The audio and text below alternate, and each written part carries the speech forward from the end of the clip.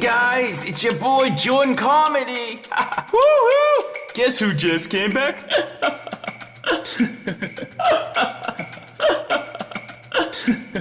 Ow! Yay!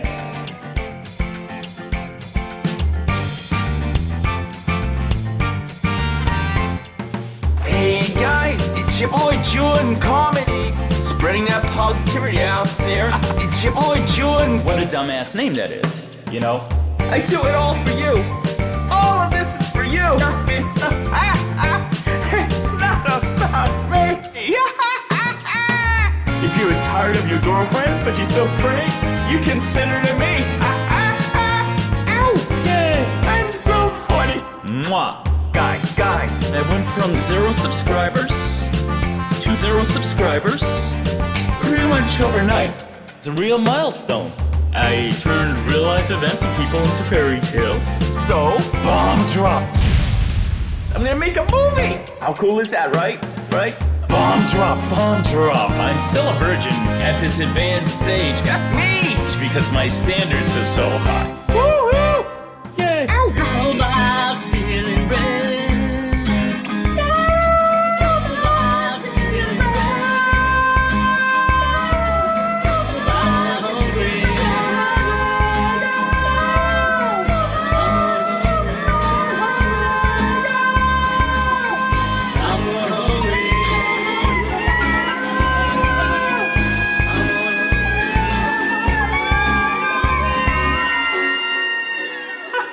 How cool is that? My precious princess is here.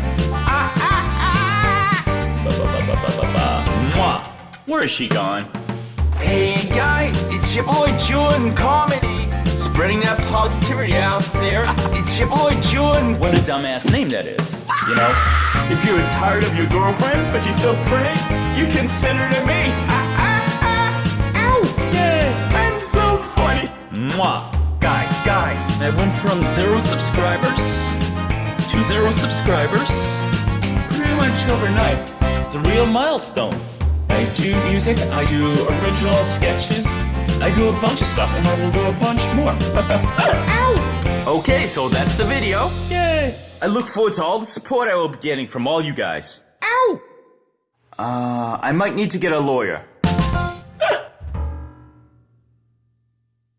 Like, comment, subscribe, share, ring the bell. Ting-a-ling-a-ling-a-ling-a-ling. All right, this is Jorrun's last stand, the last 3 public appearances of Jorrun Comedy. So I'm going to be reacting to apology call number 4, right before the interview with Mini Syllables, then the Mini Syllables interview, and then apology call number 5, when everything was over and Jorrun was looking into his future. What was next for Jorrun Comedy? 2020, Jorrun released his apology video. He didn't even mean to do it. The reaction was swift and fierce. On July 7, 2020, Jorrun called West to discuss his feelings. This was an hour before the interview with Mini Syllables. So just on 7/6/2020, that was when Jorrun's apology video came out, right? Or either that. Yeah, that was on 7/6. The apology video came out, and it was Jorrun's by far his most popular video. And at first he was going through and liking he was going through and liking the comments of people who were saying things like, "This is disgusting. What is wrong with you?" And he's like, "Thank you."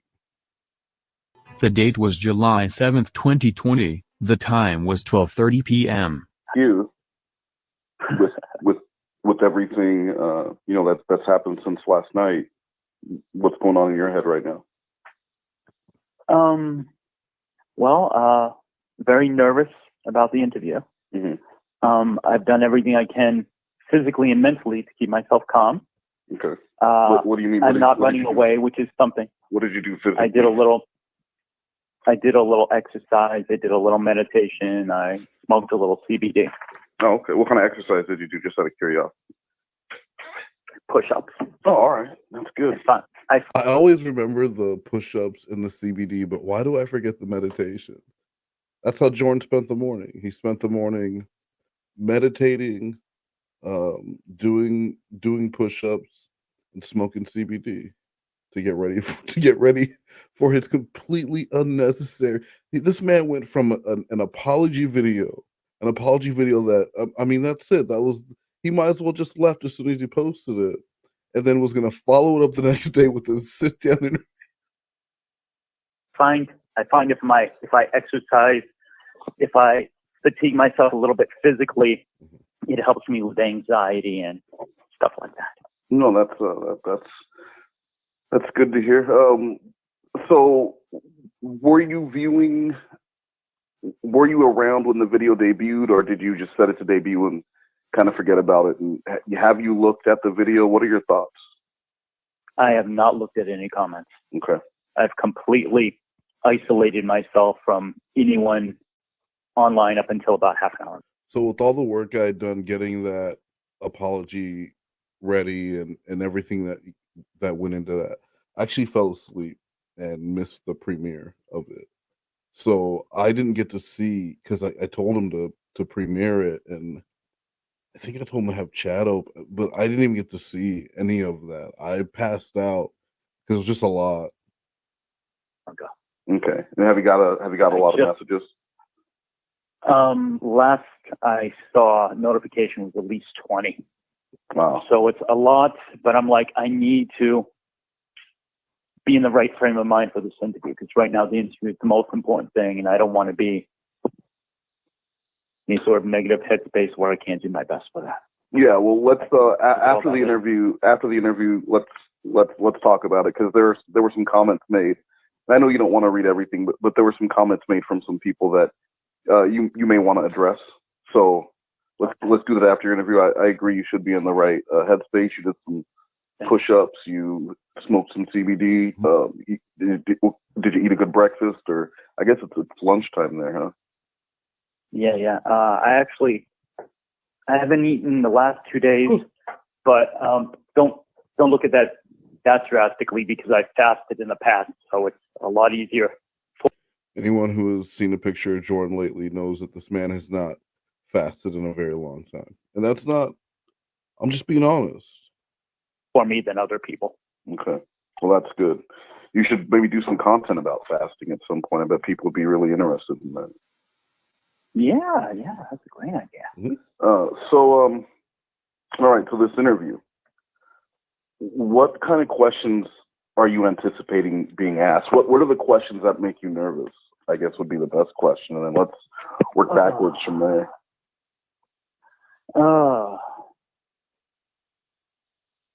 I think anticipating any questions about me getting aroused by underage girls. Yeah, and I've said it before, but that question there was not at all what I had been thinking. Not at all. I was thinking it was going to be something about the Tiffany or the sketch or the genie thing. He just kind of threw me off with that, because he hemmed and hawed so fucking much for him to come out with that level of clarity and honesty really early. That threw me off a little bit. Do you expect that question to come up, and how are you going to answer it? I do anticipate it will come up. Mm-hmm. I mean, she's given me no information. I don't know if it's going to be a half-hour interview or a 2-hour interview. I have no idea the amount of questions. Well, I just know that in my experience, you write down 10, 15, 20 questions, and then while you're interviewing, 20, 30 more come up. I've never set a planned time for an interview, but most of mine have gone at least an hour and a half. Now, this is a different situation, and I don't know her interview style, but yeah, it's a good idea not to plan an amount of time that it's going to take. Oh, I have no plans. This is the main thing for today, and if I have time later to do some laundry. Okay. So if asked that question, how are you going to respond to that? I have absolutely got aroused looking at pictures of high school girls. Okay. Absolutely. But that's not what I mean. I You know what the question is going to be next, though, right? Bro, but like, how do you say that? How do you say I've absolutely been aroused by looking at pictures of high school girls? The night after releasing your apology video to the community, where you talk about the shit that you've done, you talk about liking the pictures of children while dressed as genies, while pleasuring yourself. What is the point of this interview? Like, what was the outcome that you're hoping for after that? You, in any community, unless it's some, pedophile community on Telegram, if you're telling people, hey, I'm a 46-year-old man, or 48 year whatever, and I'm absolutely aroused by looking at pictures of high school, you would be shunned in that community. But like, this community of all communities, that's crazy. have I pleasured myself? Sure, yeah, that's one of them. And your answer would be what? Yes. Okay. And then the little girl, I mean, I think she looks about 7 or 8. So you would pleasure yourself to the high school girls, and then you would get to the little girls, hit a like, and then move on to find something else. Or that's what the question's going to be.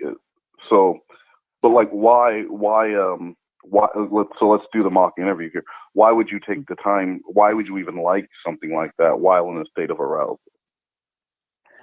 Because in my bullshit thought process, which is exactly what is bullshit, I'll be like, oh, she'll appreciate a like. Oh, isn't that cute? I'm being nice. Like, so say you had a girlfriend, and she came in, I don't know, she came in unexpectedly to your house, and you were on the TV and you were watching Pornhub, which, totally normal for an adult to be watching that kind of material. But then in the picture-in-picture, you had like Little Miss Perfect or one of those kiddie pageant shows on in a picture-in-picture. And she said, "What are you doing?" And you said, "Well, I was watching some porn, but then I also wanted to give the Nielsen rating to this show, so I had it open in a box on the bottom." Do you think she would believe that? No, I don't think so. Yeah. So Yeah. how believable does that sound to you when you say, "Yeah, I was in the middle of pleasuring myself, but then I saw this little girl and thought, you know what, I'd give her a like. She went out of her way to dress like a genie and do a little dance routine or whatever." So I would probably work on that one, because I don't know if that's going to be sufficient. That's what real talk, as Chuck says. The problem is, I know I'm telling the truth, but the way things are in the context, it looks like I'm guilty. Yeah.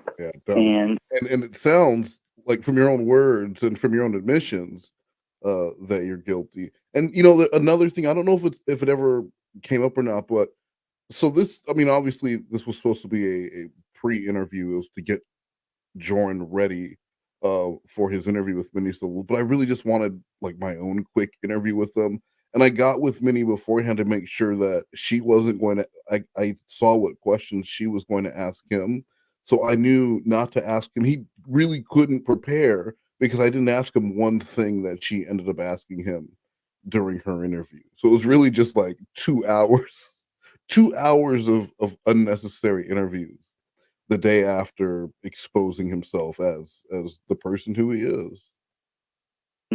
I want to be as honest as possible. No, that's a good start. Poured out my blood and, pardon me? No, that's a good start. So what would be the second question that you were concerned about? I think that's the main thing. I mean, everything else is going to be, I mean, well, there has humiliating. There has to be. Well, then that's it. What is your biggest concern at all? Is it that is it further humiliation? What is it that worries you the most? Because you've already done stage 1, which was the apology. So what is it that worries you most about this next part when you're going to get on with mini syllables? And I'm sure she's going to ask you some questions that are hard to answer. And you know that shying away from those would probably be the worst thing to do. So let's ease you into that. So give me some examples of. Thank you. Absolutely. Give me some examples of questions that are going to be hard to answer. are there certain people that you don't want to be addressed, or was there anyone that you feel was maybe left out of the apology that you would want to address with her while talking to her? I don't think so. Mm-hmm. Honestly, as far as the work, first, if I can just give you an update, I got contacted by the social worker who's got the master's degree. Okay. He talked to me. I just finished scanning his documents and sending it back to them. So I am going full speed ahead ASAP for getting into counseling. So that was going to be my. Is there going to be? He speed ran that counseling too. You know, because Jorrun was going to get all the help he needed to never be this person again, and ensure that the good name of Jorrun Comedy would be one that he could pass down to his children and his children's children. But instead, 2 weeks later, he was back as Steer Music, and he was hiding. He really thought he was hiding, and he would never be found. You know, an apology part 2 where you kind of show that, because we discussed it, and a lot of these guys on TCAP would say, well, I was looking into getting therapy, and maybe now I need to. What was the teacher? What was that jackass's name who drove the Corvette? He was talking about, you know, oh yeah, well, maybe this is kind of the kick in the pants I need to push me that direction. But then there's never any follow up with it. And if you watch, if you watch some of the, you know, the predator catching channels on YouTube, there's one of the guys. God, I can't remember the name of it right now.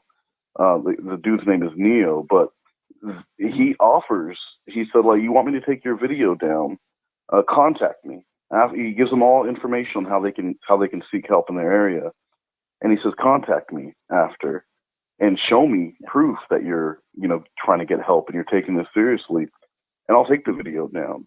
So, you know, what would you want if someone was if like say Trust, a safe place, Mackenzie or Mac and Cheese or Mackenzie Cheese, whatever. If Mac and Cheese were to contact you and say, I'll, you know, remove the Google Drive if you do blank, what would it be? Like, what would you be willing to do? Would you, you know, make a second apology where you're showing the progress that you're making, or what are you willing? Because that's another question I'm sure you'll be asked is, what is the ultimate end game for you, and how would you like this to end? I definitely like the idea of an update video sometime in the future saying, you know, I have been getting counseling. Are we going to get a Jorrun Comedy in 2025? Is he going to release apology call number 2? Because if Jorrun comes back and he comes back with an update, a status, we have our own updates, but if he comes back with a full update of how things have gone for him, I will see to it that whoever the bully is running the Jorrun Comedy Mirror channel takes it down. Someone get that news. Euro, if you're listening, get that news to Jorrun Comedy, please. Steps I've taken. I think that's a great idea. Thank you. Yeah. I would not shy away from that. Okay. And so, yeah, you'd be willing to update the people on your progress as you go through with that, and I'm sure people would appreciate that. What is something that you don't, you know, what would it be? What would make you want to terminate the interview, or what's going to really turn you off if you get asked about it? What's off limits? I don't think there's anything, which is very easy to say because I have no idea what's coming. Well, not no idea, but I would think of from what she's. Oh, go ahead. No, go ahead. From what she's told me, it sounds like she wants very much to be impartial and fair. It's not a shock interview where she's going to sandbag me. She's going to try to be as, let's say, Mr. Spock-ish, even while she, of course, has her own feeling. Of course. I really want to do this. I will tell you, I have been going through thoughts of completely terminating and closing my YouTube account. I'm very glad I did the apology, and I'm glad I'm doing this interview.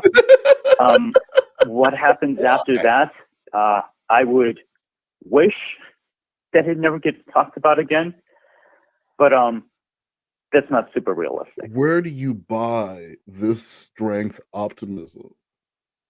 he's hoping that after this interview, maybe people just, okay, Jorrun, you did the thing you did. You like the picture of the kid. Sure, you like to jack off to pictures of high school girls, and you're 46 years old. But you know what, Jorrun? Go back to making your very sexual Lorne content because we all love it. We all love it. Hmm.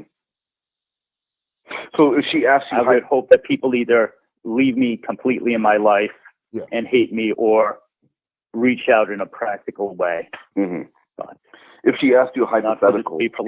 I reset.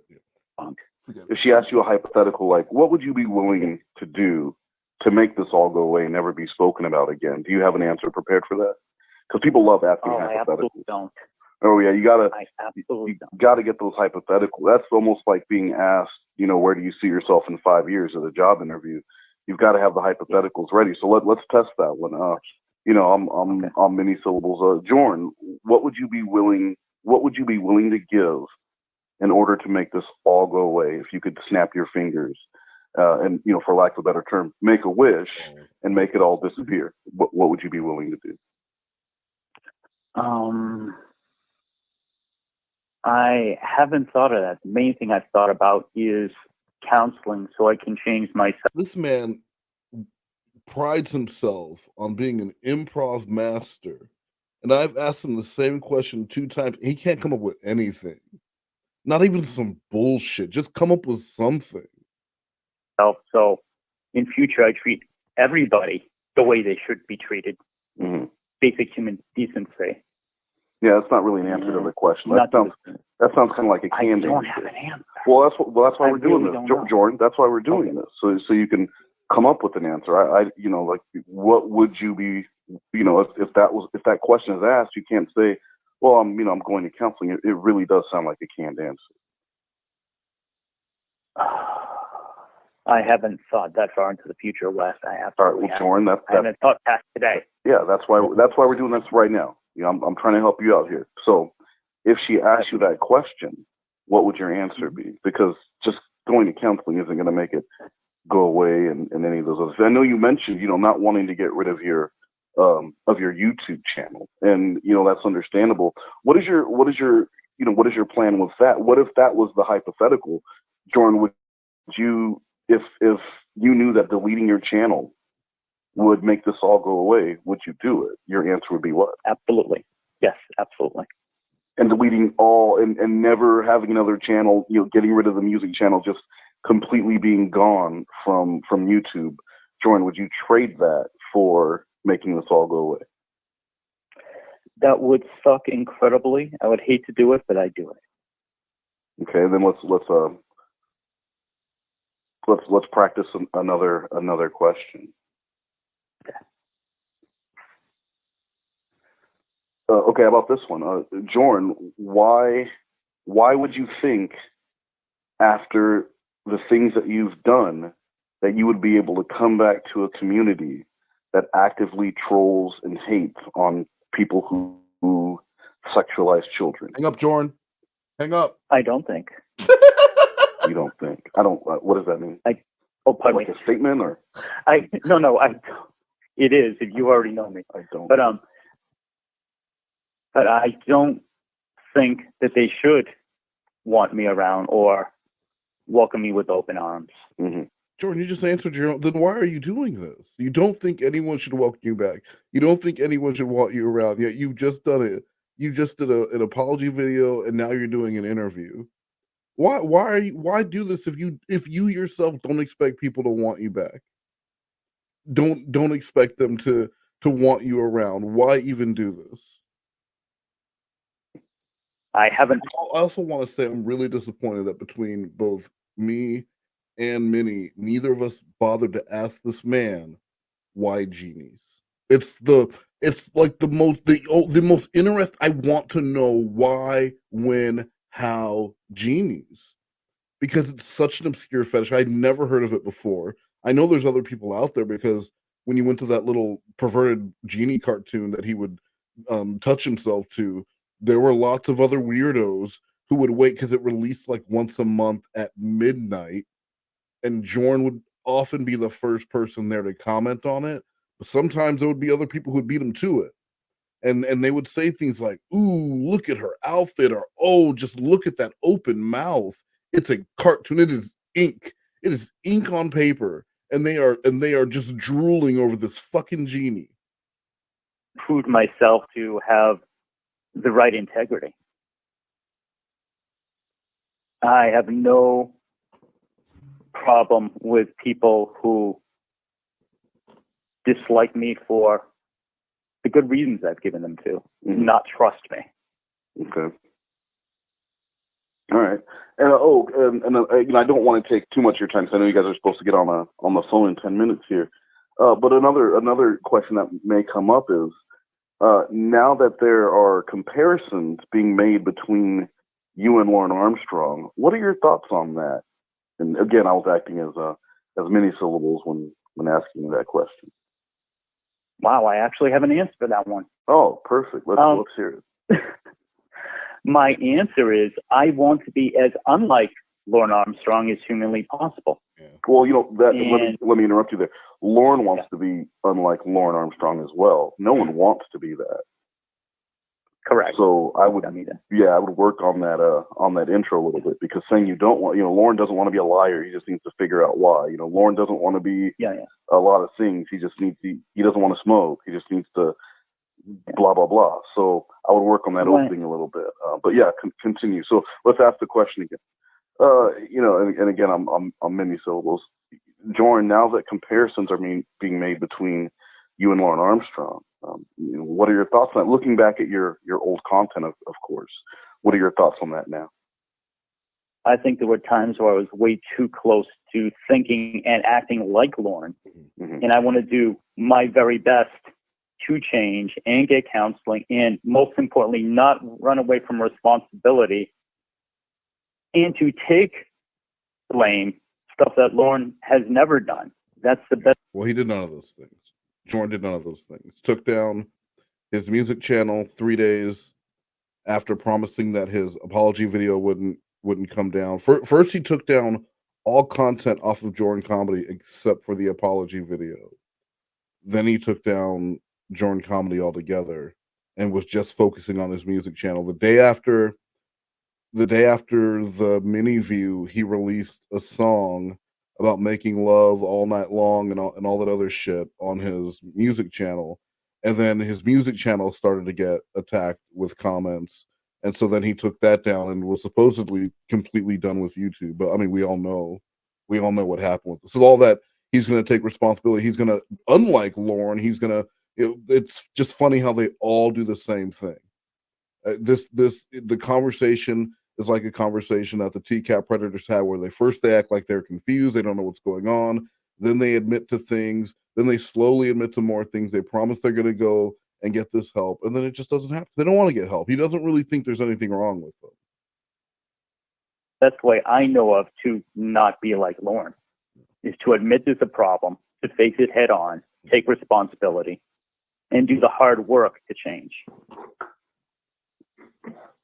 All right, and let's do one more before you hop off here to get on that call. Now, you brought up your Christian upbringing in your apology. Can you explain why that was relevant? And do you think maybe any people who identify as Christian or religious in any way would take offense to that? I don't think they would take. I haven't contemplated a way that they would take offense to that. Well, maybe by saying, kind of like how Lauren was raised by Ma, you were saying, I was raised by Christ, so I should have known better. But maybe some people will look at using religion in an apology video as a kind of a cop out, or I maybe feel sorry for me, or you can relate to me because I'm a religious person, and is that going to be your next step? I always wonder why Jorrun didn't call me out here, because I was the one who told him to keep that part in his apology, because I just thought it was funny. I thought the fact that he brought up religion in his apology script was funny shit. So I wanted to make sure he kept it in. But why didn't he just say, "Well, you told me to keep that in"? he's not above being a little snippy bitch with me. So it's just weird that he didn't say anything then. Like, well, I've reaccepted, I've accepted you, Jesus, or Vishnu, or whoever into your life, and now you're going to be this better person. So what would your answer be to that, regarding people and being raised religiously? Yeah. I have, go ahead. No, I was going to ask if you thought maybe that wasn't the best idea for the apology video to include that. Or... Dumbass. Oh boy, I don't know.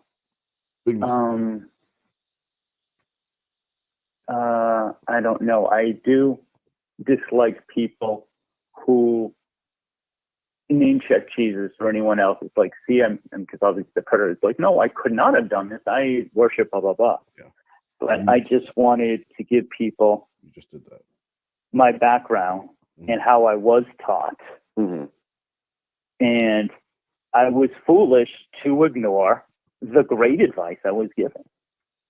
Well, I would ask this: if you were able to ignore that and sexualize high school girls and below, would you say you were ever actually religious, or were you maybe playing religious? I was. I've changed quite a bit over the past 20 years. In some ways good, in some ways not. Cricket snapper? Was it cricket snapper? But I was very, very super religious up till at least 25, and I still have parts of me that are spiritual. For what it's worth, you personally, I've been praying quite a bit. Oh, today, really? Yesterday. Well, that that timeline when you're saying until 20 years ago or whatever, is that going to match up to things that are? I mean, when you look at it that way, Jorrun had his come to Jesus moment after he came all over some coupons, allegedly. Going to be found online? Yes. Yeah, so everyone will see that. There was nothing inappropriate or untoward towards women or genie fan fiction or anything like that written prior to kind of when you broke away from your religious ideals and teachings. Well, but the two timelines are exactly the same. So that is absolutely true, because I didn't even get online the first time till 1997. Really? And within a year of that, I was out of the church. Oh, okay. I don't know. Okay. I don't know why that made me. I don't know why that made me laugh, but I just think of Jorrun. Like there's a Simpsons where Barney gets his first beer. Like before he has his first beer, he's this real studious, clean cut guy, and he drinks the one beer and it just slowly morphs his face into the. I could just see an image of Jorrun first logging onto AOL, and it's like, welcome, you've got mail. And he's kind of Mr. Bean like, right? And then he clicks and he clicks, and then he ends up on a porn site, and within a year, this man is out of the church and his life is fundamentally changed forever. And it's probably because he went to www.geniecox.com and it just fucked up his life. Okay, well, that's probably an interesting story to tell all in itself. So maybe you should, consider that in the future for content along with the fasting stuff. And then one last one: what would you rate if you had to rate? Because I've heard this asked before. Looking back over the last 16 hours or so, if you had to rate the apology video, what would you give it today? I would give it a 9. Okay, and that's on the scale of 1 to 10. Yes. All right. Now, my original one, without your help, much lower. Okay. But the one I put out at the end, where I really left it all on the field, like I said. Your coach wouldn't be yelling at you because you left them out there. You put it all on the field. No. Here we go. All right. Wow, I actually have something to be happy about. Yes, I'm happy. Oh, yeah. He has sounded extremely happy this entire call. Like the worst is behind him. His channel is imploding. He's afraid to look at the comments on his video because this channel that means so much to him, this amazing growth for him that he's experienced on this channel that he does not want to give up. He's afraid to even go and look at the stats to see what people are saying, but he sounds really, really happy. Well, you should be happy about that. And do you have a joke or anything like that to lighten the mood, or if one's asked for it, you have anything. Okay, again, I said this before. I expected him to say no. There was no way, no fucking way he was going to have a joke. And I want to say that I had a joke that I wanted to give him if he didn't have one. I don't remember, but I did not expect him to say yes. Thing at all to give, because you are a comedian. That's a great one. I had 2 quotes, but honestly, I was like, what if I start with a joke and people think I'm not taking it seriously? I think a joke is a great idea. Do you have one ready? Okay. I was going to do 2. I was going to do what should happen to me, maybe sent to an island. Oh, nice. Oh, that's perfect. What's the other one? Because I love Anthony Palumbo. If she says how I feel, I go, I relax. I say you open with the Anthony Palumbo and close with the sent to an island. Yeah. Okay. I think you're ready. Now get out there and play ball, son. Yes, coach. All right. Yeah. We'll let's plan the talk after to see how you feel after the interview, and then get on with your day and work on those improvements. Thank you, Wes. All right. I'll talk to you later. All right. All right.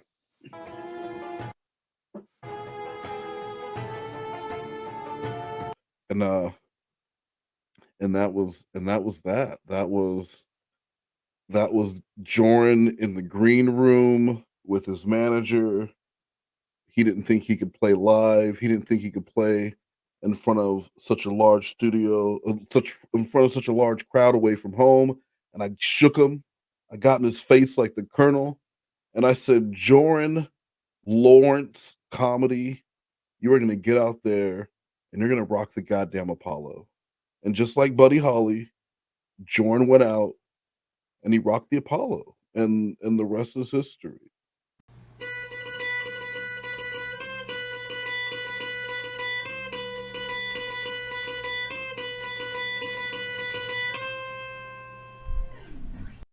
All right, so here we go with part 2, which is the mini syllables interview. This was directly after Jorrun got off the call with me. He went and did his interview with mini syllables. And as I record this tonight, it is actually 4 years ago tonight was the first of, not the prequel call, but 4 years ago tonight was the first of the actual apology calls where the apology script was crafted, where I called Jorrun out for his fucking the lies when it was first uncovered about the children that he was liking the images of. So yeah, anyway, let's get into it. I did skip the intro here since we should be familiar with the Jorrun story. But for anyone who wants to see the mini syllables interview in its entirety, it's on the Alpha Male Derek channel, and I will leave it linked in the description. I'm going to dive right in and start asking these questions. I just want you to answer them as openly and honestly as possible. Okay. All right. It's been exposed that you've liked pictures of young children dressed up and dancing as genies. And it's also been exposed that you have a kink or fetish for genies. Do you think that behavior is acceptable? Not at all. Indefensible.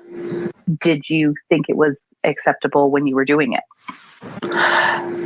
The lie I told myself was, I'm putting a like on the picture of a little girl. I'm quote unquote supporting her. Did you like pictures of girls other than? That was the lie he told. So what was the truth? What was the truth, Jorrun? Genies? Or was it usually just genie content that maybe you came across? You're referring to children? Mm-hmm. Yes. No, there were none others. Okay. Have you ever interacted with anyone underage online, whether they initiated contact or you felt it was innocent or not? High school girls, yes. Do you care to discuss any of that, or can you get some insight on that? Was it? Did you feel it was innocent? Was it were you being flirtatious, or how would you describe it? Let me think. I've been doing this so long that I want to make sure that I can. I've definitely commented on videos. I've definitely commented on pictures in a flirtatious way. As far as going, I mean, again, on the it was Honest, I think, the other day, who there's the AMD found a conversation that Jorrun was having with a 17-year-old on, I don't remember the name of it, DeviantArt, where they were doing a genie role play where, again, it's this minor, where Jorrun very quickly wanted to make it flirty and a sexual thing.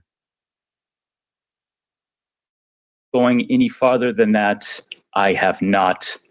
But to me, that's bad enough. And I very much don't want to, take the first step on a path that leads to something really bad.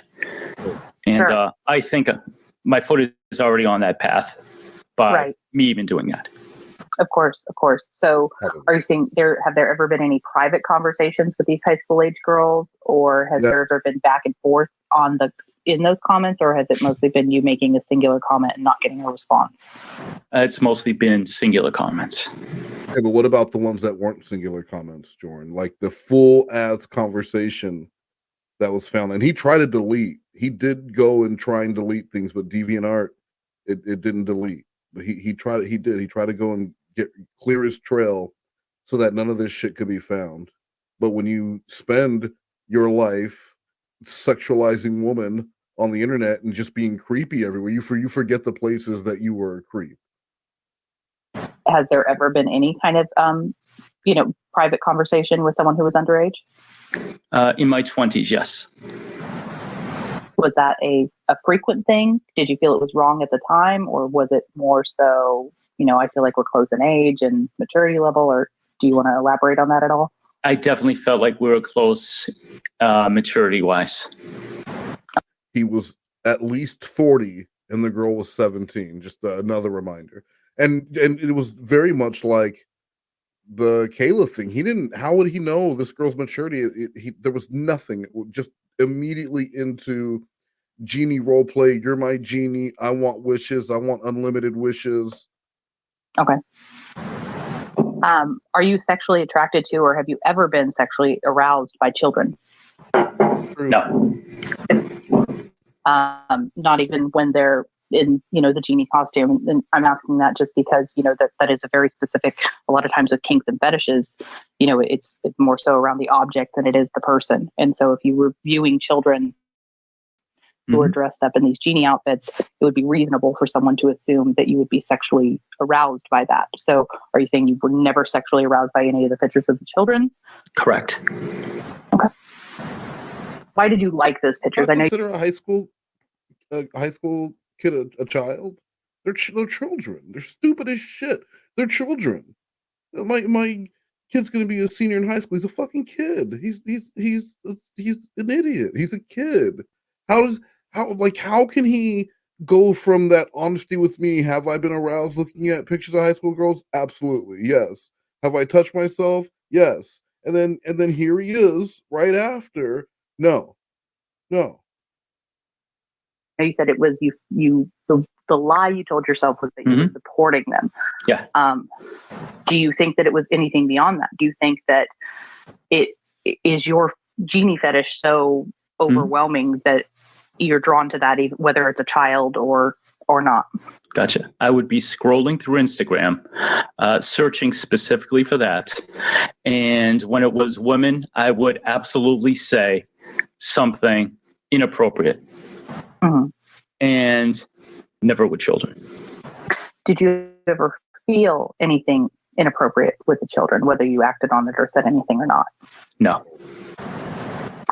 Have you ever fantasized about anything involving children or viewed any type of child pornography, even if it's not? You could see his comments on there's some high school and their mascot is the Sultans. And it's this genie. It's this girl in a genie costume, this high school girl that is like doing this little genie dance in front of the cheerleaders. And Jorrun's comment at 43 years of age was, "Wow, I wish I went to this school." That is not a comment he made to show support to the mighty fighting sultans of the, I don't know, Arroyo Grande High School. It was Jordan being sexual. He wished that he could be at a school where everything was genie related, and at every pep rally he'd be able to see this genie girl out there shaking her thing, and that would be very exciting to Jordan. Young children, even if it's, older teenagers. No.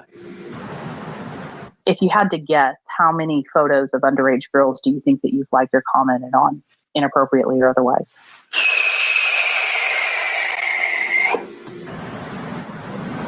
As far as liking, that was actually pretty rare. No, Okay. You don't do that big blow. You know that blow that he just did?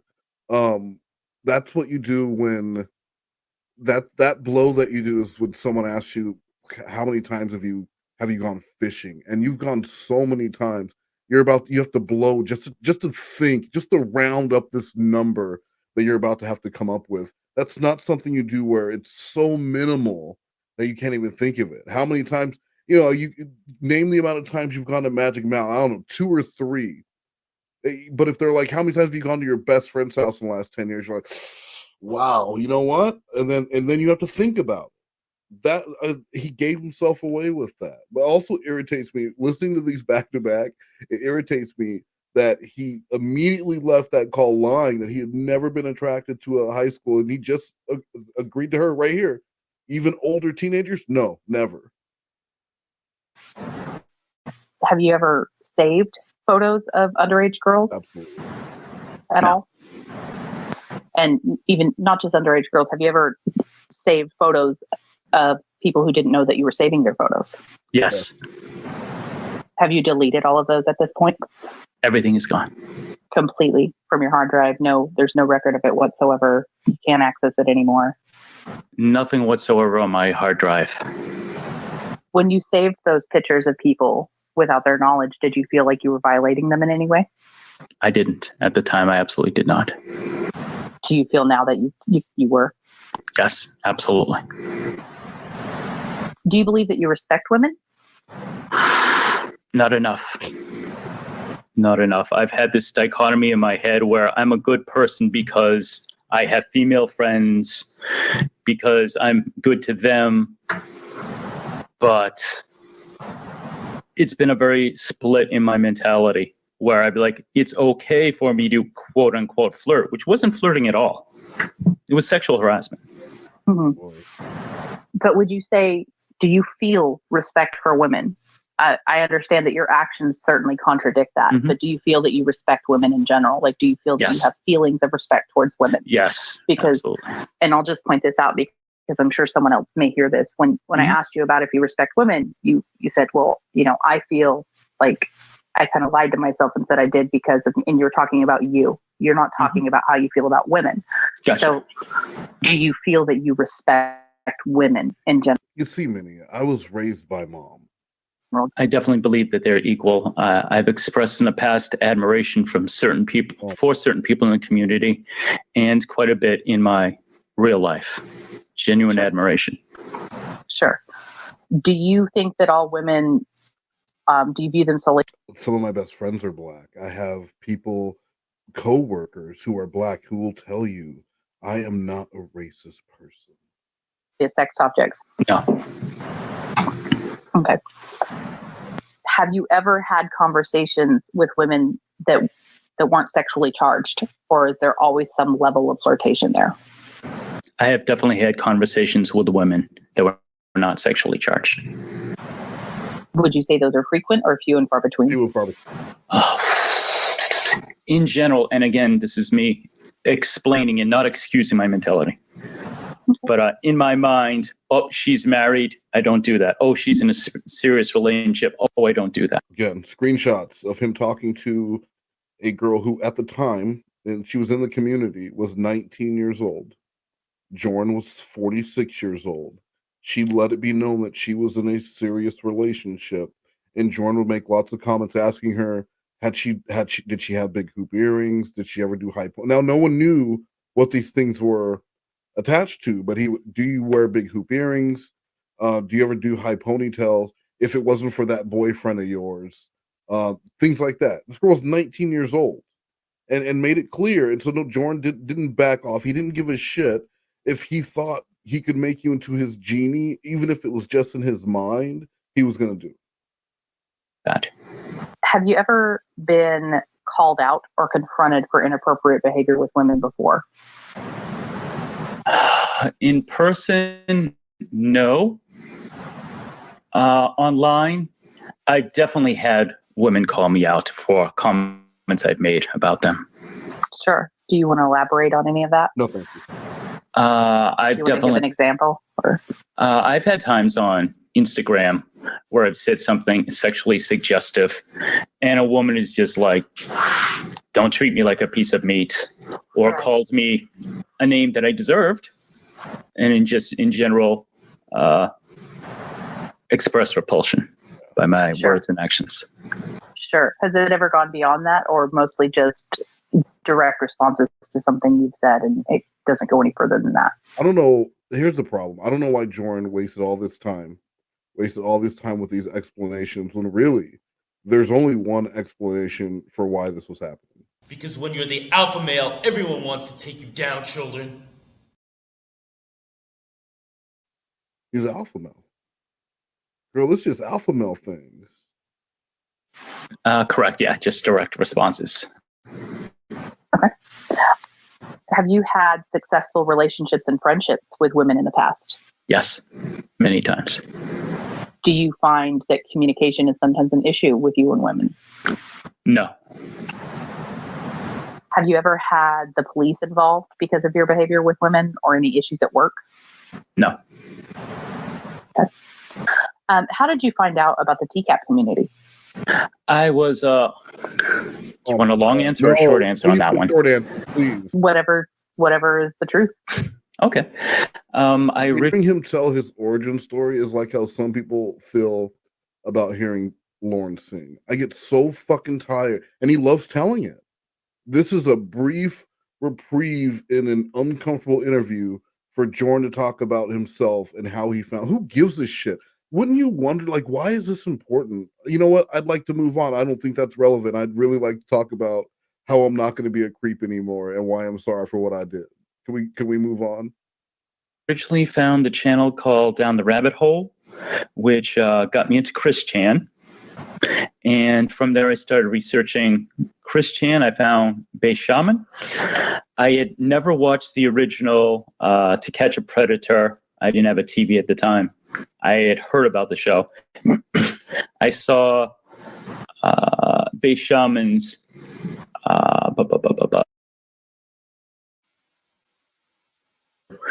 and I was curious. I listened to a little bit of the Holy Laurenography, lost interest, and then many months later, I found a channel called Danknet that did a great comprehensive history of the Church of God. And then after that, I resubscribed to Bass Shaman. And through Danknet and other things he discussed, the TCAPopolis, I became very interested, listened to the entire Holy Laurenography, and from then I was hooked. Do you think that some of the sexual content in the community, even though a lot of it's repulsive, do you think that attracted you to it at all? Say again, please. Do you think that some of the sexual content, the nature of the community, a lot of the content making fun of Lauren and otherwise, there's a lot of, sexual content. Did that appeal to you at all? No, never. No. God, why did you join the TCAP community? What appealed to you about it then? I really like the idea that I could express myself comedically. Lauren, I hope this doesn't sound insensitive, but Lauren is the gift that keeps on giving for a content creator, because one of my first thoughts with Lauren is, what is wrong with this guy? And the fact that it was just infinite material comedically, because there are so many things to make fun of him about. Uh-huh. And obviously him being so quotable. So for me, it was very much the feelings I had with Chris Chan, which is it's a quote unquote locale. Okay. And TCAP has always fascinated me, because I would just look at these guys and go, what's wrong with them? Why do they not have some sort of interior regulatory thing where they go, what I'm doing is disgusting? I'm going after 12, 13, 14. Hold on, let me see if I have it. I want to see if I have it. I'm hoping I have it. Hold on. Oh, fuck, do I not have it? I probably don't have it. It's really disappointing, but I wanted to play. Oh, no, here we go.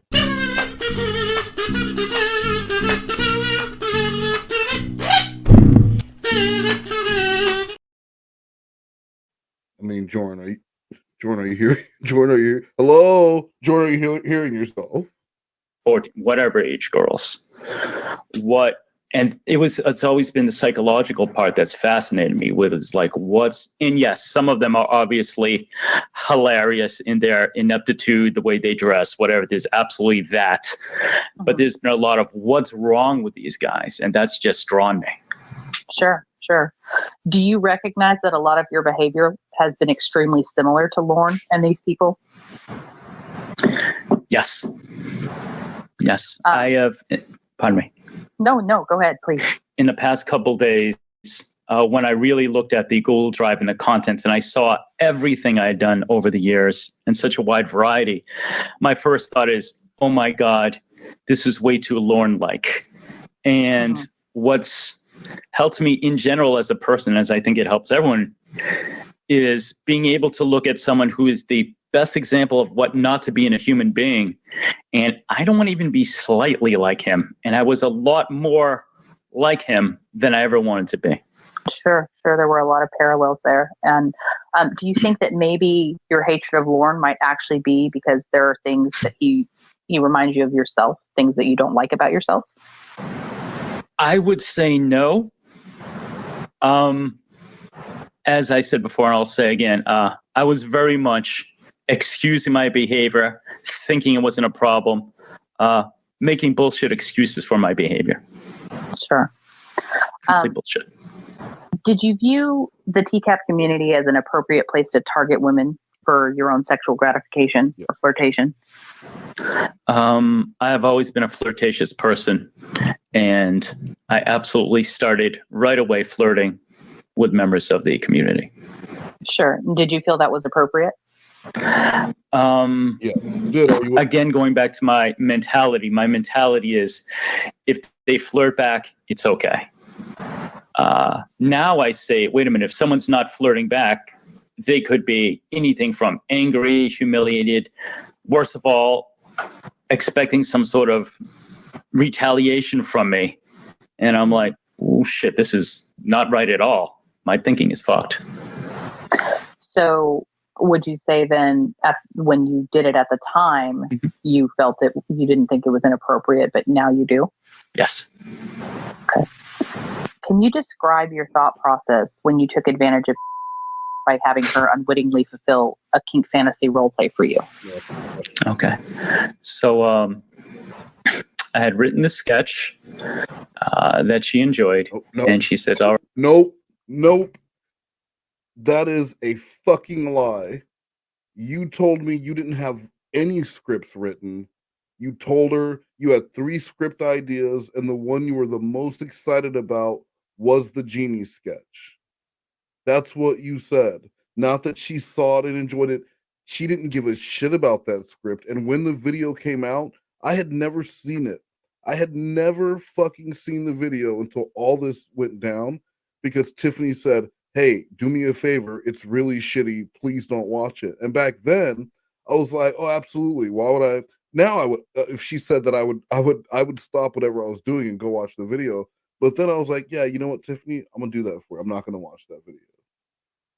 All right, I'll do that. I very much made the character sexy. And I said, well, it's going to go good comedically, because if I can is it okay if I bring up some of the thought process about writing? Or do you think it would be? Sure. Okay. No, you bring up whatever it's important that you're honest here. So if that's part of your truth, then tell it. Thank you. Thank you very much. So when I was writing, I'm like, okay, obviously I've watched so much genie media over my entire life. I'm like, okay, if she's one of these more modern ones where she acts like, what do you want, blah, blah, blah, blah, blah, it's not going to have an effect on the audience. But I wrote her that way to make people watching it have a twinge of jealousy.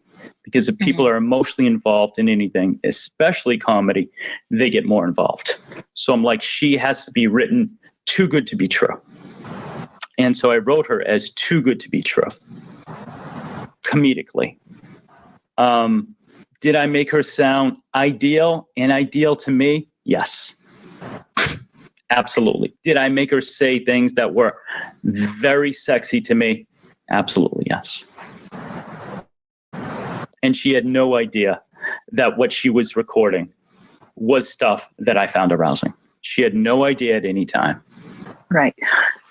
Are you saying that it wasn't your intention for her to be arousing to you, that it just sort of happened, that when you gave her these roles to choose from, we spoke previously, and I believe you said you gave her 3 potential Correct. roles to choose from. Yes. And so are you saying that it was not your intention at the time to have her do something that would give you some sexual gratification? I'm a little confused. Are you saying that I didn't write the role specifically for her?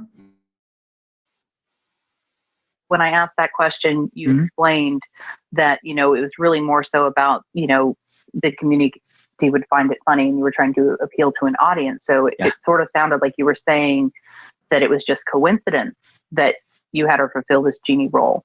So when you asked her to do this, did you intend to get sexual gratification from it? I knew that certain things that were going to be said by a woman was going to be a turn on for me. Sure. And had you, prior to asking her to do this, had you expressed to people, anyone, that you found her voice very sexy? No. You had not expressed that to anyone? Correct. Have you expressed that since she... No is identical to the no he does when he lies about the being attracted to the high school girls, even though he had just submitted it to me 30 minutes prior. It's that very no. I'd have to think if someone asked if you have no interest at all in children, or you have no interest at all, if someone asks you something that is absolutely not true, your reaction is going to be a little different. You did the genie role. Well, this is the first real uncomfortable question. I've never found voice as attractive as other members of the community have. So if there was a screenshot of you telling someone that you found her voice extremely sexy, would you be surprised by that? Yes. Because I'll be honest with you, I've seen it. Okay. I'm not trying to blindside you with anything, but I've seen you telling someone that you find her voice very sexy. Thank you. I definitely find what she said to be very sexy. Sure. I believe that this screenshot actually took place prior to her fulfilling the genie role. And again, I'm not trying to pin you in a corner here, but I want us to maintain honesty and integrity here. I appreciate that. That prior to you asking her to fulfill this genie role, you had expressed to someone that you found her voice very sexy. So that being said, do you think that it may have been more targeted for your sexual gratification than even you're willing to realize yourself at this point? Yes. Do you understand and accept that when you did that to her, you denied her the ability to consent to what it essentially amounted to a sexual act for you? Absolutely. Did you realize that at the time? No. Telling myself lies again. Sure. When she did this for you and it clearly provided you with some sexual gratification, did you feel it was wrong at all at the time, or did you just feel like, oh, this is no big deal, as long as she doesn't know, no one's going to get hurt? I was just thinking of the reception of the video, people enjoying it, me getting more likes, comments, what have you. Sure. But the sexual part, because I think we've pretty much established that you did get sexual gratification from the sex you did, right? Yes. So as you got that sexual gratification, was there ever a point where you felt, hey, I'm wrong for doing this, or this is kind of skeevy of me? Or were you just like, what people don't know doesn't hurt them? at some point after I did it and it was uploaded, I absolutely did feel that what I did was wrong. Sure. Because she's been nothing but a kind friend to me, and I was using her. Absolutely. Moving on from, there's a video that he had put out, and it was a non-sexual video, and in that video you made a comment where you timestamp a point where you felt that her breasts were bouncing. What was the purpose of objectifying her body on that video? Like, what did you hope to achieve by that comment? Nothing positive at all. Nothing. Then why would you do it? If the goal was nothing positive at all, then why do it? It's a stupid answer. That's not why he did that. He did that hoping that it would excite her, or it would open up a sexual conversation with her, and then they could at some point smash their bodies together in a sexual pattern. That's what he wanted. Nothing positive. Extremely objectifying. And absolutely excuse me, there's the tongue tightness. Absolutely no way to treat anyone, especially someone who I've considered a friend. Sure, absolutely. But what was your intention when you typed that out? What was the purpose? What did you think would come of it? Why? It was a quote unquote joke, meaning I'm not going to defend it in any way. It was wrong. Sure, of course. It's completely established that's wrong. I don't think anyone could deny that. But I think what I'm trying to get at more is, what was your thought? Why? What did you get out of saying that? Because it's one thing, yes, to watch it and feel that, right? Yeah. What compelled you to A, tell people you were thinking that, and B, draw other people's attention to that specific moment of the video? What do you think? Did you feel that maybe if other people joined in, you would feel a little bit less creepy? And I don't know if that's a thought process at all. I'm just throwing it out there. Like, what do you think the purpose of drawing other people's attention to it and drawing attention to it at all was? Are you excited by, telling someone that you're checking them out? Or again, are you trying to bring other people in to make you feel better about it so you don't feel like you're, this lone creeper? Or what do you think your thought process there was? That's an excellent question that I haven't thought about at all. It wasn't to get other people's attention. It hurt him. I think wow. Okay, I'm starting to actually shiver at this point in the interview. That's a good thing. Yeah. That's my conscience. Guys, quick tip: if you're ever in an interrogation with the police and you feel yourself shivering, that's a good thing. That's a conscience. Let the officer know. Woo, I'm actually shivering here. That's a good thing. I think I was quote unquote being flirty, which makes me shudder at the very thought that I thought that was flirty. Oh, she probably likes the attention. Okay. Ugh. Were you kind of hoping that maybe that would start up a little bit of a flirtatious rapport between the two of you, do you think? Yes. Okay. So that was almost sort of like a testing the waters pickup line. Yes. What is the proper flirtatious response to bounce cam is working along with the timestamp for anyone who comes across the video to directly click in to see your alleged bouncing breast? Because that's not what was there. But what is the appropriate flirtatious response to that? Absolutely. In a way. Okay. Have you ever shared pictures of community members that were sent to you with anyone? No. That definitely, because anonymity has been so important to me. Sure. Did you share pictures of the catfish with other people before you found out she was a catfish? Yes. So at that time, you thought that you were sharing private pictures of a community member because you didn't realize she was a catfish at that point, right? Correct. Well, so, not to call you out here, but so when you say you'd never shared photos of community members, sure, you can play a semantics game and say, well, she turned out to be a catfish. But when you were under the impression that she was just a community member who had shared private photos of herself with you, you had shared those private photos, correct? I had shared them. I think the reason why I just answered is because in my mind, I'm not thinking of her as a community member because she was so new or something, which is not really a good excuse, but I thought of her as just the catfish. So do you think that women in the community are somehow entitled to more respect than women who are new to the community? No. So that, Absolutely, he does. Because the people that he wanted to apologize to, when he was first told he needed to apologize, were just the people.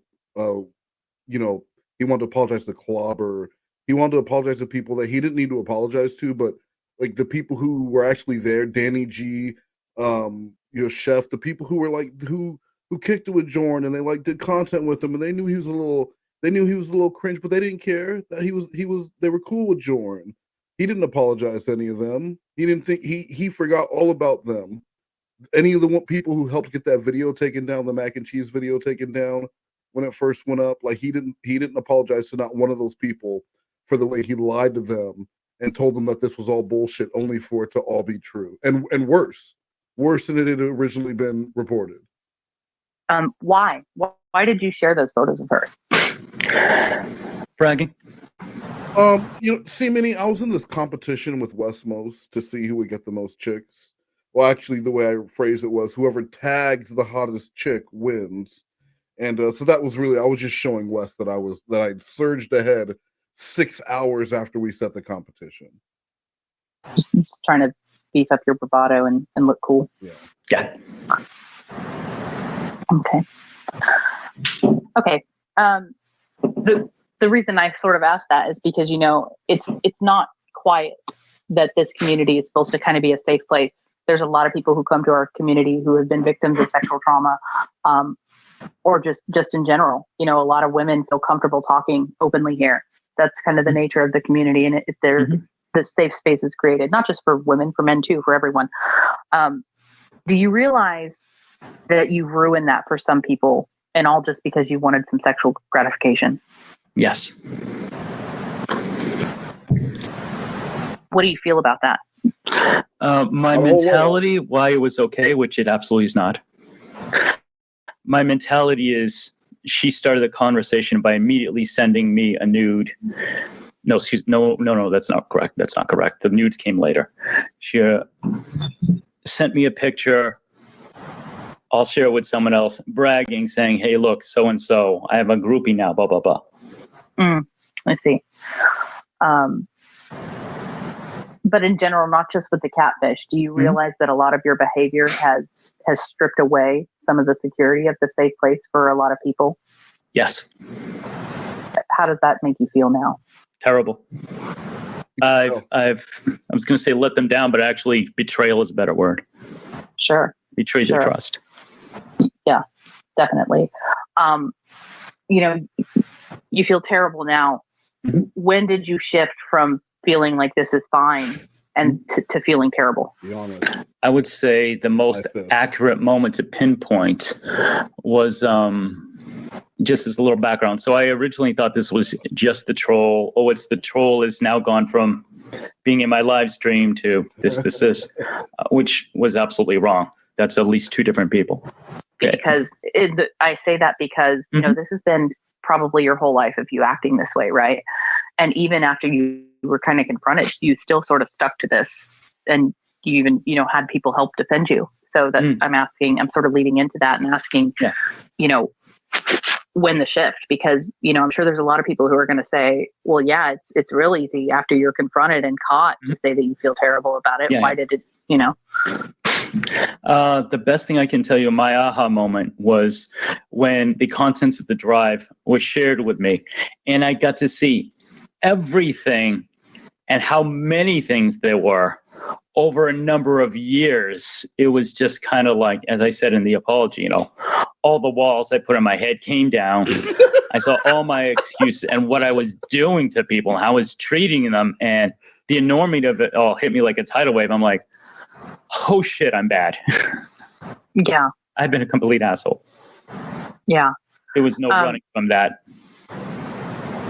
No, there definitely wasn't. But when this first came out, and I hope you don't mind me referencing our conversation. July 4th, 2020, Mac and Cheese sends out an email to people, various creators, leaves comments on various videos, talking about the Genie sketch that Jorrun did, and how he had tricked a community member into acting out something that was a fetish for him. And of course, that the email was sent to me from Mac and Cheese, so I could forward it to Jorrun. The night before was the prequel call where Jordan's like, I can make it a joke, but because I can't take it seriously. It's so fucking stupid. So I forwarded that email and go, hey, what's going on with this? And he's like, oh, they're talking about a sketch I made months ago. They're grasping at straws. He says, if you want to call me and talk about this, you can call me. But like basically, he had no interest in it. And then like 30 minutes later, he messaged me, I'm going to bed. Like he wasn't going to entertain this anymore. He did not give a shit. This person was grasping at straws. It did not become a big thing to him until he found out that the pictures of him liking children were found. And that's when I messaged him and said, I'll basically fuck off, I'm done. And then he wanted to call me, which set up all of the other calls. But it wasn't important to him. It didn't matter. None of this shit mattered. He was hoping it would all blow over until the little kids were found. Because it wasn't just one little kid. Just again for the sake of integrity. When this first came out, I had initially asked you about it, and you claimed that like it was nothing. You had done absolutely nothing wrong. You're laughing at it because it's just a troll that was jealous of your popularity and how women flirt with you. Yes. I understand that you say that's what you sort of believed at the time. However, when I was speaking to you, I was doing so from a very non-judgmental standpoint, and I was very politely saying, but do you think there's any validity to what they're saying about your behavior at all? And you were like, absolutely not. And you were completely trying to discredit them. Why is that? In my mind, I absolutely thought that this was the same person who had been in my live streams and other people's live streams impersonating me for over a month. And I said, they're just trying a different tactic now. So I firmly believed that it was the same person trying a different tactic.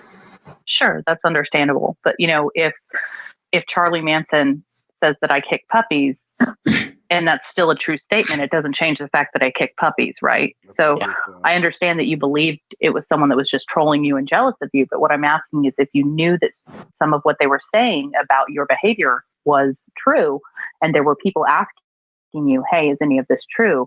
Why were you so adamant about continuing to say, no, it's not true? And not only that, but go as far as to try to completely discredit them. I was so much more worried about my reputation and avoiding humiliation than I was pursuing truth or trying to do the right thing. I was much more interested in damage control, getting rid of the video, flagging and reporting it. In the beginning stages, that's all I was really concerned with. Sure. And that was my motivation. I'm sure there's some very humiliating stuff there. I can understand wanting to get rid of that. But what about even privately with some of the people who, they were advocating for you even, or even myself? I definitely was never advocating for you at any point, but I feel that I was very fair with you. Yes. I was not judgmental, and I don't intend to just keep speaking about me. I'm only speaking about this because it's the only, contact that I have direct experience with. With you, I'll be honest with you. I've noticed some problematic behavior with you before this even happened. You've noticed I'm often very, very, playful and talkative with a lot of people, but I had already prior to this kind of shied away from you because I got a little bit of a bad vibe. I hope that doesn't offend you. You're not the first person to have told me that in the past weekend. Sure. So when I came to you, I'll just be honest with you. My intention was, I had good intentions. I wanted to help you realize that, even if at that time I thought it was possibly a troll too, I didn't read all the content. But I was trying to see if maybe I could use the situation to help you understand that you make people uncomfortable. So I brought that up to you, and I'm like, well, do you think maybe you have some repetitive behavior that makes people uncomfortable? Do you think it's an odd coincidence that even before this troll said your name, everyone said, oh, you must be talking about Jorrun? And again, you very much so just shut that down. It's like, no, it's just got to be someone who's jealous. There's absolutely no truth to it. I mean, you clearly knew at the time, even if you didn't realize how bad your behavior was, you knew that there was some validity to what they were. Okay, but why are we discounting the Cornsville Mafia and Vincent Nicotra? saying. Why not, at least privately, to maybe not me, but other people who you're closer to, when they're asking you about this, why deny it so adamantly? I think I was doing the equivalent of covering my ears and going, la, la, la, I can't hear you. Sure. Very much a denial, not wanting to experience humiliation, loss of respect. Yeah.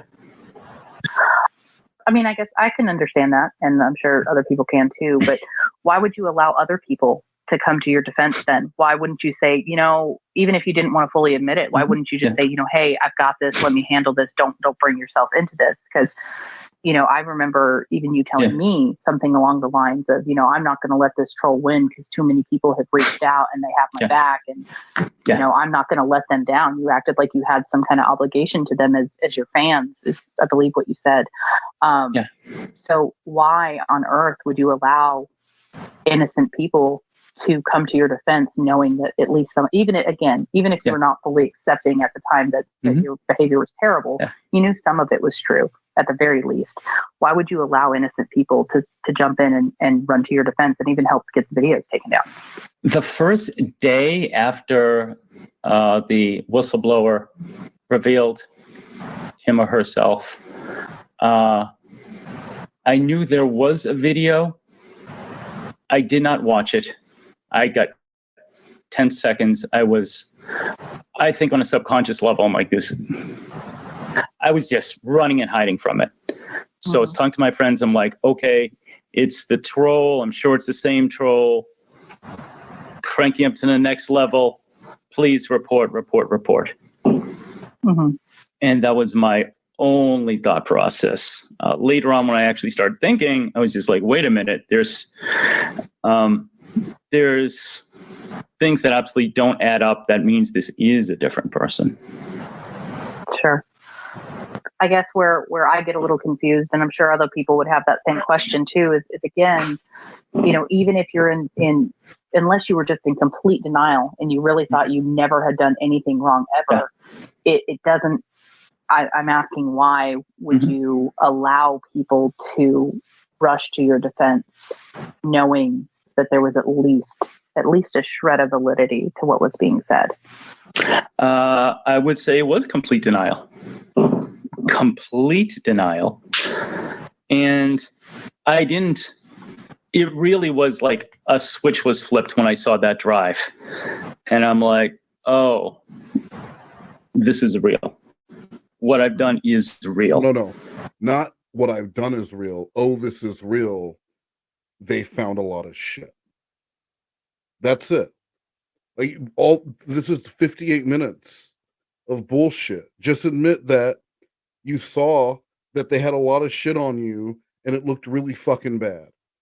99.9% of people would have immediately deleted their channel and never ever showed their face again. At least not as Jorrun Comedy. Come back as a sock if you want to enjoy. He didn't give a shit about, they talk about is Jorrun around. Jorrun is never going to come back. Jorrun said anytime someone left a negative comment on a video, he would delete and block them, because you're not going to say anything bad about Jorrun. It hurts his little feelings. It hurts his fifis. You're going to hurt this man's fifi? You think he wants to come and sit in the stream and hear people clowning about him? He thought of himself as an alpha male, a playboy alpha male full of Latino heat. He doesn't want to come around and hear that people are making fun. People that he believes are less than him are just making fun of him. He will not like that. And the excuses I've used are bullshit. And that's when I'm like, oh. In that, when you were allowing people to come to your defense, I'm gonna talk about Danny here, because she had your back. You manipulated her and others who considered you a friend into trying to cover this up. Get the video removed through no fault of their own. Now, some people may view them as someone who is either complacent in or assisting a predator in covering up his behavior. Do you want to clear some of that up and explain that they were in no way involved and that you completely misled them and that they absolutely would not have supported your behavior had they known the truth? Absolutely. Anyone who may have done that, I'm not sure I can remember specifically but I believe Danny G, TCAP Recipes, probably wrote his Chew Tootsie. Possibly, again, my memory, possibly Roy Me. Anyone who did that, none of them approved of the stuff I was doing. They all thought they were helping, or even knew about it. Not a one. Not a one. There was no, I have this confidant and they know secretly what I'm, no. All of them acted out of complete ignorance of my behavior. And they all thought they were helping a friend. Yeah. And just to be clear, that's also because you manipulated them into that too by speaking to them and saying, yeah, this is all fake and they're, you know, this person's a troll and help, right? Yeah. There was, not only did they not know, but they were also very specifically manipulated by you. Is that correct? Would that be a fair statement? Yes. I have trouble saying just a blanket yes to that because I did really think that this was the same troll part 2. But at the same time, I want to clear them of all association with what I've done because they absolutely. Sure. So when I say manipulation, even if you didn't really fully understand the extent of what you had done, I mean, intent, it doesn't always matter. There was very clear manipulation on your part is all I'm saying. Yes. This is more so about, I think it's very important to exonerate these people. I think that most people understand what's going on now, but in case if there's one person out there who thinks or any of these people who were supporting you, were complacent in this and complicit. Emphatically, they were not. Okay. Okay. I want to make sure that that's very clear. Thank you. Why did you ask the catfish if they were sexually aroused or attracted to predators or about role play as these predators? I believe the catfish mentioned it first about we started discussing To Catch a Predator, and I was curious if she found any of them handsome. Sure. I believe it was something, I think you brought that up and asked if they were aroused by any of them. And then I think you went into some role play saying it was like a humiliation thing is what I read. But why do you think that, because from what I understood, I didn't see her initiate that. And I can go back and read and double check if we need to pause, but it looked to be initiated by you. I think you do, because she was telling me that she was attracted to Lauren Armstrong and she wanted me to role play him in a sexual way. Why are you lying? He immediately comes out because he asked Honest the same thing. He asked Honest if she thought any of it's such a weird question.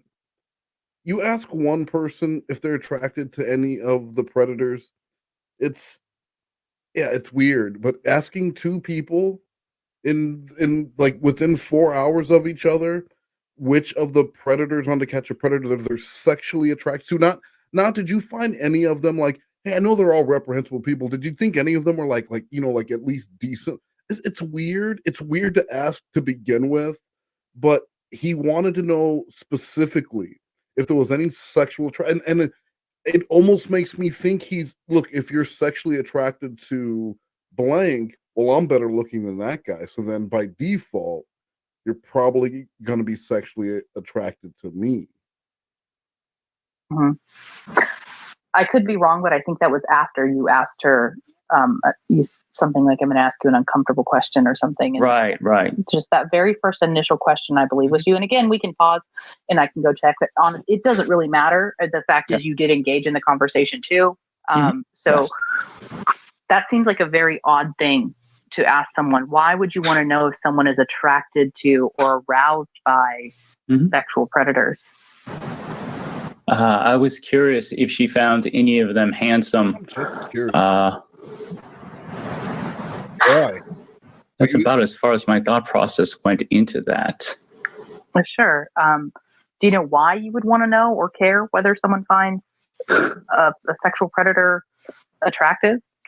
You have to admit that's kind of odd. Yes. It's not like, hey, do you find Brad Pitt attractive, or even the more gossipy, do you find anyone in the community attractive? That's a very odd, why are you asking a woman if she's aroused? And because the very first conversation he had with me, the very first conversation, he wanted to know if there were any women in the TCAP community that I was chasing. And I had to define, what do you mean chasing? Because I'm a grown man and you're a grown man. Are we really talking about chasing girls like we're on the goddamn playground?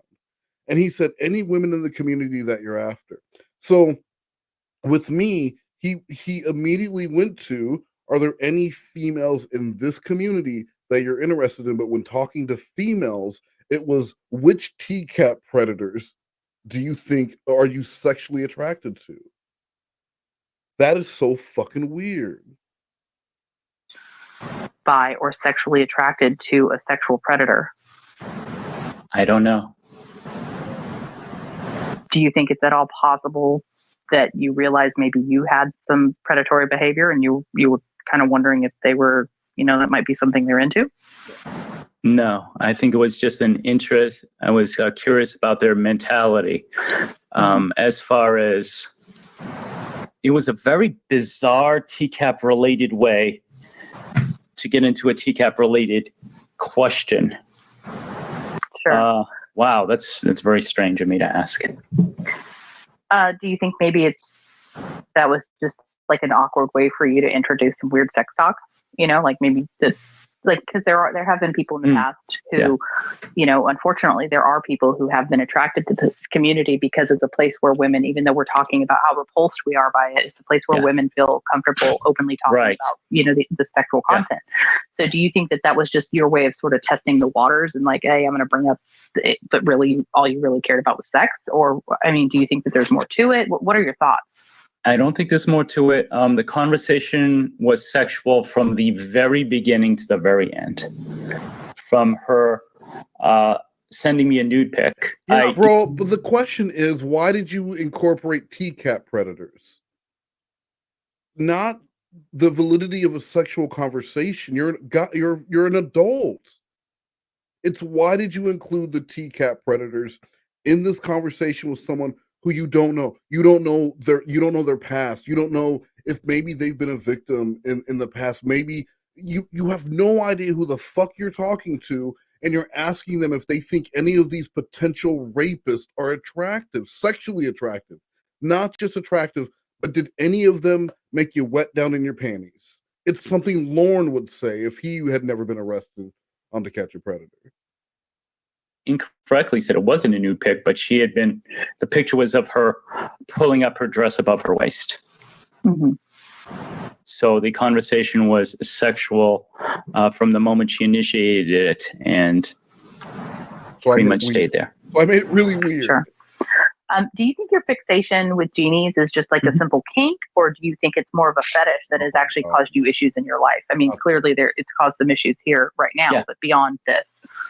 I am confused by your using kink as a separate thing than fetish. I don't know how you're defining. Maybe I'm defining it wrong, but from what I've heard from others is, kink is just something you're into, right? It's this, I like this kinky behavior. Whereas a fetish is, I can't get off without this, and I'm very fixated on this, and it causes problems. So really, like, the fetish is the lifestyle, and the kink is an ingredient within the lifestyle. Just so you can be into BDSM, and your kink is getting beat with hairbrushes. Okay, Jorrun, now can you answer the fucking question? Everyday life, it affects my normal functionality. Not to say that people with fetishes always have problems in their normal life, but do you think it's something that consumes you more than it should and causes you issues? I guess how I'll ask you then. You've changed the definition so much that I'm now completely confused, but I will give you the answers to the best. Well, here, let me re-ask it. Let me re-ask it, because I realize I get a little rambly. Do you think that your fixation with genies, your sexual fixation with genies, do you think it's just a simple something that kind of turns you on? Or do you think it's something that is kind of deep rooted and actually causes you issues with normal function in your life? Yes, to the second part. It is very deep rooted. As long back as I remember, I've had a fascination. Sure. And has it ever caused you any other issues? Like is it, I don't know, maybe like a girlfriend and you're bringing up Jeannie shit and she's like about, or even just something in your personal life. Has it ever caused you issues other than this? Yes, it has. Do you want to elaborate on that at all? Yes, I believe women I was dating who I was otherwise a very good match for were not interested in that. Do you feel that you ever pushed it even though they expressed that they were not interested in it? I would say pushed. Nothing overly dramatic, Lifetime movie, but nonetheless, I kept trying to suggest it, and eventually it ended in the relationship ending. She goes, "Look, you have these desires that I do not have." And real quick, I don't believe this story. I don't believe that ever happened. I don't believe there was a girlfriend. Jorrun reacts very much like a man who's never had anything past a first date. And if you saw any of the further catfishing, he's kind of like a man who is even given up because he will ghost. He will talk and then he will ghost. But I don't believe there was a relation. If Jorrun was in a relationship, I don't think he would ruin it by trying to force something, because he's not. This is not an aggressive, dominant man. He would be very subservient to any woman willing to let him in or near her vaginal area. So I don't believe that Jorrun kept pushing the envelope. He might have had a girl who was a friend, and they were friends, and he kept trying to push Jeannie shit on her, and she said, "Stop calling me." But there was never a relationship. He gave up because he couldn't get the Jeannie shit out of his mind. Sure. So it got in the way of you respecting someone else's sexual boundaries before, would be a fair statement. Yes. Oh, sexual boundaries to me sounds too much like assault, so I would disagree with the wording. I would definitely say that I was trying to get someone to engage in something they didn't want to do, and as a result, they left, and it was the right thing for them to do. Which would indicate that it was probably pretty persistent, right? It probably wasn't Yes. like a one-time conversation, like, "Hey, listen, I'm not comfortable with that. I don't want to involve that in our sex life." And then that was the end of it. It sounds like you were told, "Hey, I'm not comfortable with this," but you continue to persist, is Yes. what I mean by violating someone's sexual boundaries. Not that you held her down and forced her to put on a genie costume.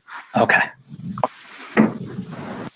When you mention you desire like this master-slave relationship, do you have an interest in BDSM and alternative lifestyles and all of the responsibilities that go along with it?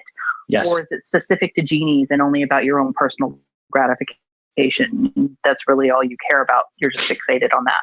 I've been in successful relationships with people where there was definitely a master-slave vibe, and we clicked well. Now I'm just going to kind of move out of it and say, do you feel that you have apologized?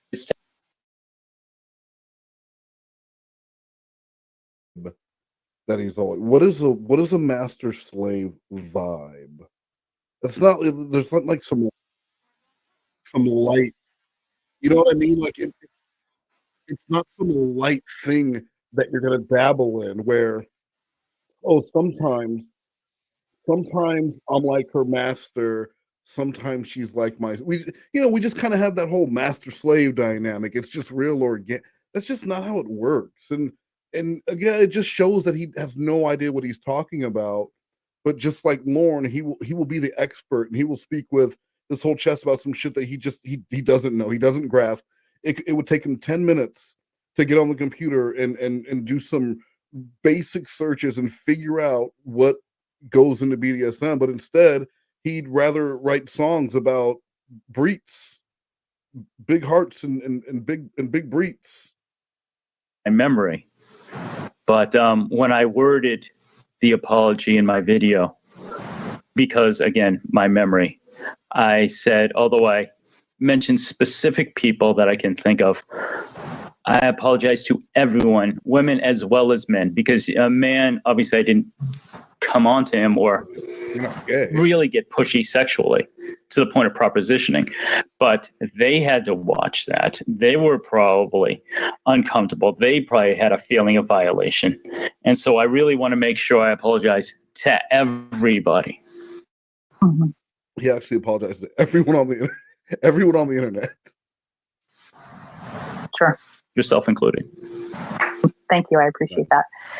Why do you think it took this coming out and being confronted with it for you to even realize that this behavior is not okay? Because, I mean, a lot of this is very, very alarming behavior. This isn't like, oh, I didn't realize I'm a little bit more flirtatious than I should be. So Yeah. why do you think it took something this extreme and humiliating for you to understand that this is not okay? I kept brushing it off. I kept telling myself, I'll give you my exact mentality. If I had said something to a woman and she responded negatively, I just go, okay, she's just not the right one for me. Next. It's, if 3 out of 100 respond with interest and it goes there, I'll keep going. Sure. That was exactly what I felt. It was wrong.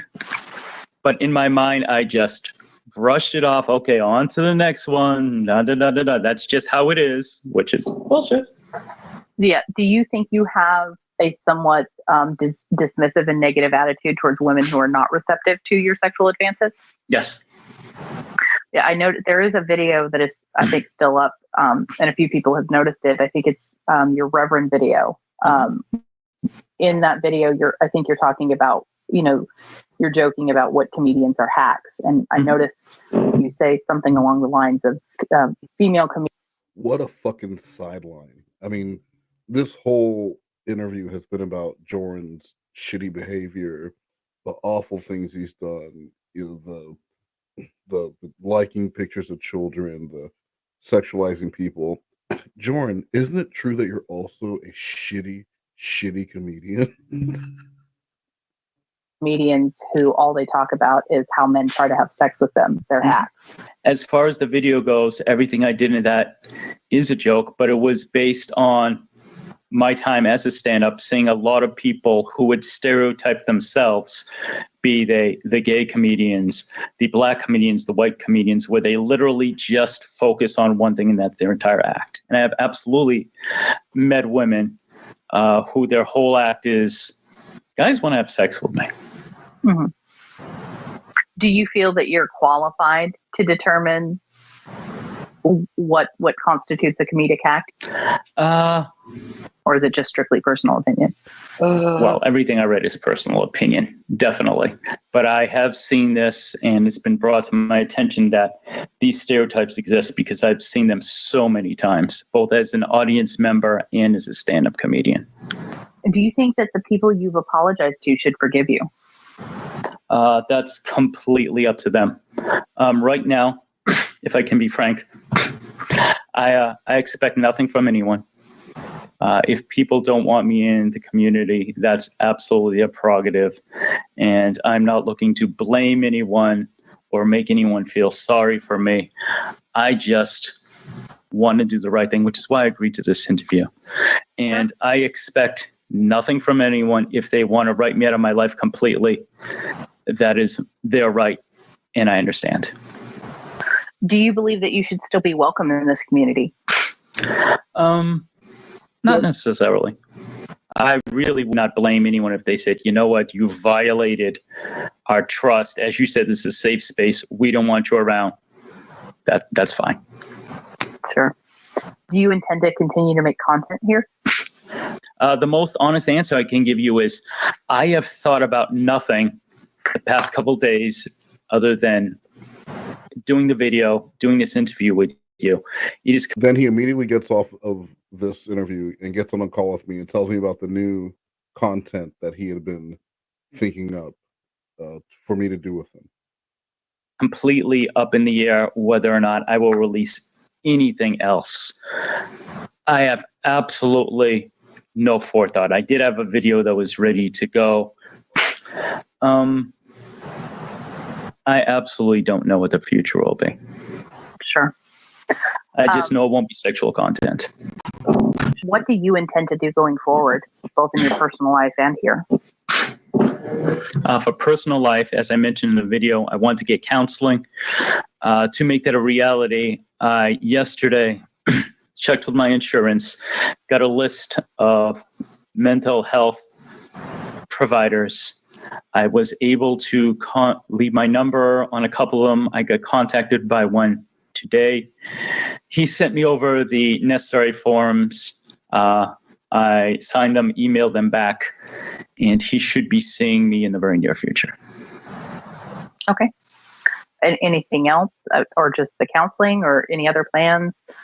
That is the main plan, because I definitely have deep-rooted stuff, and obviously the things I've been doing for a couple decades.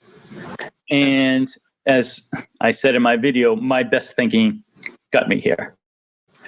And where I am now is not a good place. And how I'm treating people is not good. So I firmly believe that anyone can say, I pinky promise I'm never going to do this, I'm going to change. Well, I need some new thinking, and I need perspective, and I want it to be from someone who is qualified to do so. And I am ready and willing to work hard. Are you taking any steps to protect people from your behavior in the meantime while you get this figured out? I'm a little vague on what that question means, Minnie. Because you've violated, people's ability to consent to sexual acts with you. You have liked very inappropriate pictures of small children. And as you said, like, maybe you have not yet been sexually aroused, but as you said, you may be taking a step in that direction. So are you taking any definitive steps to make sure you're protecting people from being further victimized by you while you get this issue figured out? I'm not specifically sure how I would go about doing that. I can tell you I deleted a huge amount of files from my computer, besides the ones that would give me sexual gratification. All those are gone. Some video media, gone. I have had almost no conversations with anyone in the past couple days while I get my head together, as it were. And I have, that's what I've done as so far. Sure. Are you going to take steps to make sure that you're not even exposed to children's pictures whatsoever? Yes. Especially within that, genie themed area? I actually went into my Instagram and started deleting a lot of accounts I followed where viewing the woman would definitely be arousing to me. Okay, but what about the children? Because that's what you were asked about. What about the children? Have you blocked like Justice and I don't know, Gap Kids? I don't really know the kids. I don't really know the little girls' lines, Jorrun. But have you blocked them? That's probably a little more important. I mean, the thought of it makes me, physically shudder. Absolutely. Have you deleted, and I mean completely deleted, any and all content that has been inappropriate or photos that you have saved without people's knowledge, especially here within the community? Have you completely and totally removed everything? No chance of you, pulling the audio that you have saved for some later date if you start to regress and you don't address these issues? Correct. Is there any chance whatsoever that you still have access to any of this? The most honest and comprehensive way I can say is I had everything on a folder on my computer. I went through it with a fine-tooth comb because sometimes I really don't label things. Some things that were not labeled, just a mishmash number, letter combination for the name. Went through every file, and it is all off my computer right now. And yesterday I was just thinking, I'm all set. I've really done everything. And then because he keeps saying it's all off my computer. He said that earlier too. It's nothing on my computer. Like they're qualifying statements. So does he have external hard drives? Is there USB drive floating around. He's about to go into this whole thing about some cloud storage. I don't believe those things are gone. I don't believe any of those things are gone. I realized, wait a minute, I have Backblaze. So now I have to go through those and also make sure that it's all gone. Even if people told me yesterday, we like such and such, we like it to go back up again, it's not. Sure. So it would be fair to say that it's possible that it is not all gone just yet, but that you are taking steps to make it all gone? Correct. My only concern is anything saved on Backblaze. And if you would like me to get back to later on tonight or tomorrow where I can say I've gone through Backblaze and it's absolutely gone, I'd be happy to do that. Sure. I mean, I don't know that people will believe what you say, but it may give some people peace of mind. Right. So it's completely up to you. I am not anticipating everyone will believe what I'm saying to begin with. And that's certainly their right, and they certainly have reason to feel like that. Sure. Is there anything else you want people to know? Mostly I want to apologize. I'll get a little philosophical here. Oh, nice. The best thing about Lauren, right, is we're all better than him. As far as he's seemingly has no redeeming qualities. People have had fun talking about it intellectually, and I've enjoyed that. This is what you wanted people to know? Hold on. She says, is there anything that you want people to know? And then you go into a whole thing about how Lauren doesn't have any redeemable qualities. So what he wanted people to... Okay, let me just... Okay, what do I want people to know? I'm better than Lauren. I'm smarter than him. He really did. His whole thing he wanted people to know was that at least I'm not as bad as Lauren. Now, please embrace me in the community while I make sexual content. But in the past, when I saw myself acting a little bit like Lauren, it freaked me out and put me on a better path. Now that I've seen that I've acted quite a bit like Lauren in a couple areas, from that and that behavior as fast as I can. And that's why I started taking steps so quickly once I realized I'm like, holy shit, this? I don't want to be like anything like this. And I'm not going to say, oh, I never defrauded people out of tens of thousands of dollars. That doesn't matter. But you just said it. I'm not going to say I never defrauded people out of $10,000 because that'd be ridiculous. But I just said it. Well, Jorrun. In this one category, I've acted way too close to him. And I don't want that to be me. Sure. At all. Well, thank you for taking the time to answer these questions. I do appreciate you doing that. Okay, thanks. And that was the mini view. Again, don't know why Jorrun thought that was a good idea, but he did, and I'm happy that he did, because there was a lot could be taken from that, especially when you listen to call 4, then the interview, and then immediately followed by call 5. You just see all the lies, and just it's just mind-boggling that this man really thought there was a future for him in this small community. You know, this is such a small community, and he really thought there was going to be a future for him. Just he'd be left alone, and people would be like, yeah, I mean, does he like pictures of children dressed as genies while masturbating? Yes. Has he admitted to masturbating while having conversations or looking at high school girls? Yeah, but just leave the guy alone. We're just the community that trolls predators. Leave that guy alone. And I just wanted I wouldn't call it quick, but in honor of Jorlai,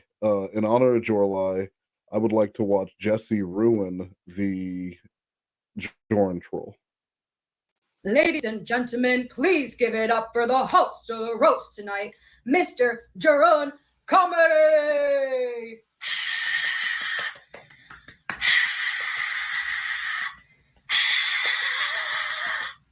Thank you. Thank you so much. Thank you. Mwah, mwah, mwah. I appreciate it, friends. Thank you. Mwah, mwah, mwah, mwah. I appreciate it. I love you all.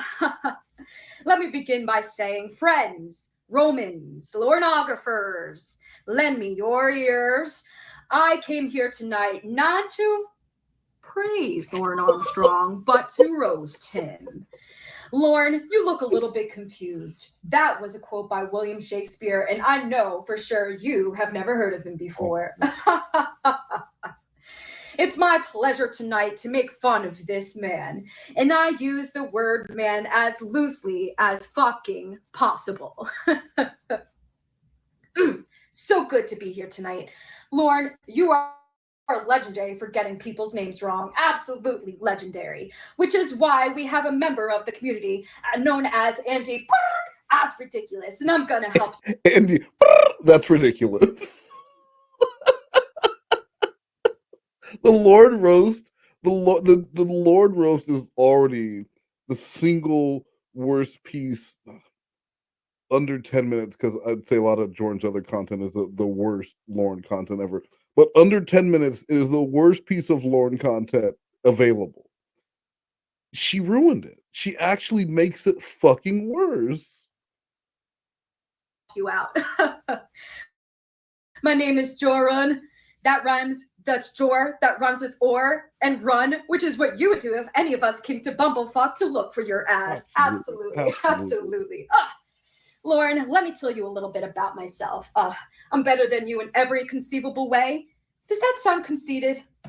Does that sound like I'm fooling myself? Full of yourself. You know, I feel like you'd be wrong if I was talking about another man this way, but I'm not talking about another man. I'm talking about Lauren fucking Armstrong, which is why I'm trying to get everyone to call him an ogre. Makes sense, doesn't it? Lauren, let me run down the list real quick. Why are her shades still on? Didn't she say my blue eyes are my superpower? Now they're supposed to be off. You're ruining it. You're ruining my immersion in this Lauren roast, in the Jesse's roast of Lauren, Jordan's roast of Lauren has been completely broken by the fact that I cannot see her blue eyes. And why is it black and white? I'm smarter than you. I'm better looking than you. I have bluer eyes than you. I'm funnier than you. I'm a better writer, singer, songwriter, guitarist, human being. I speak better than you. I'm not a virgin.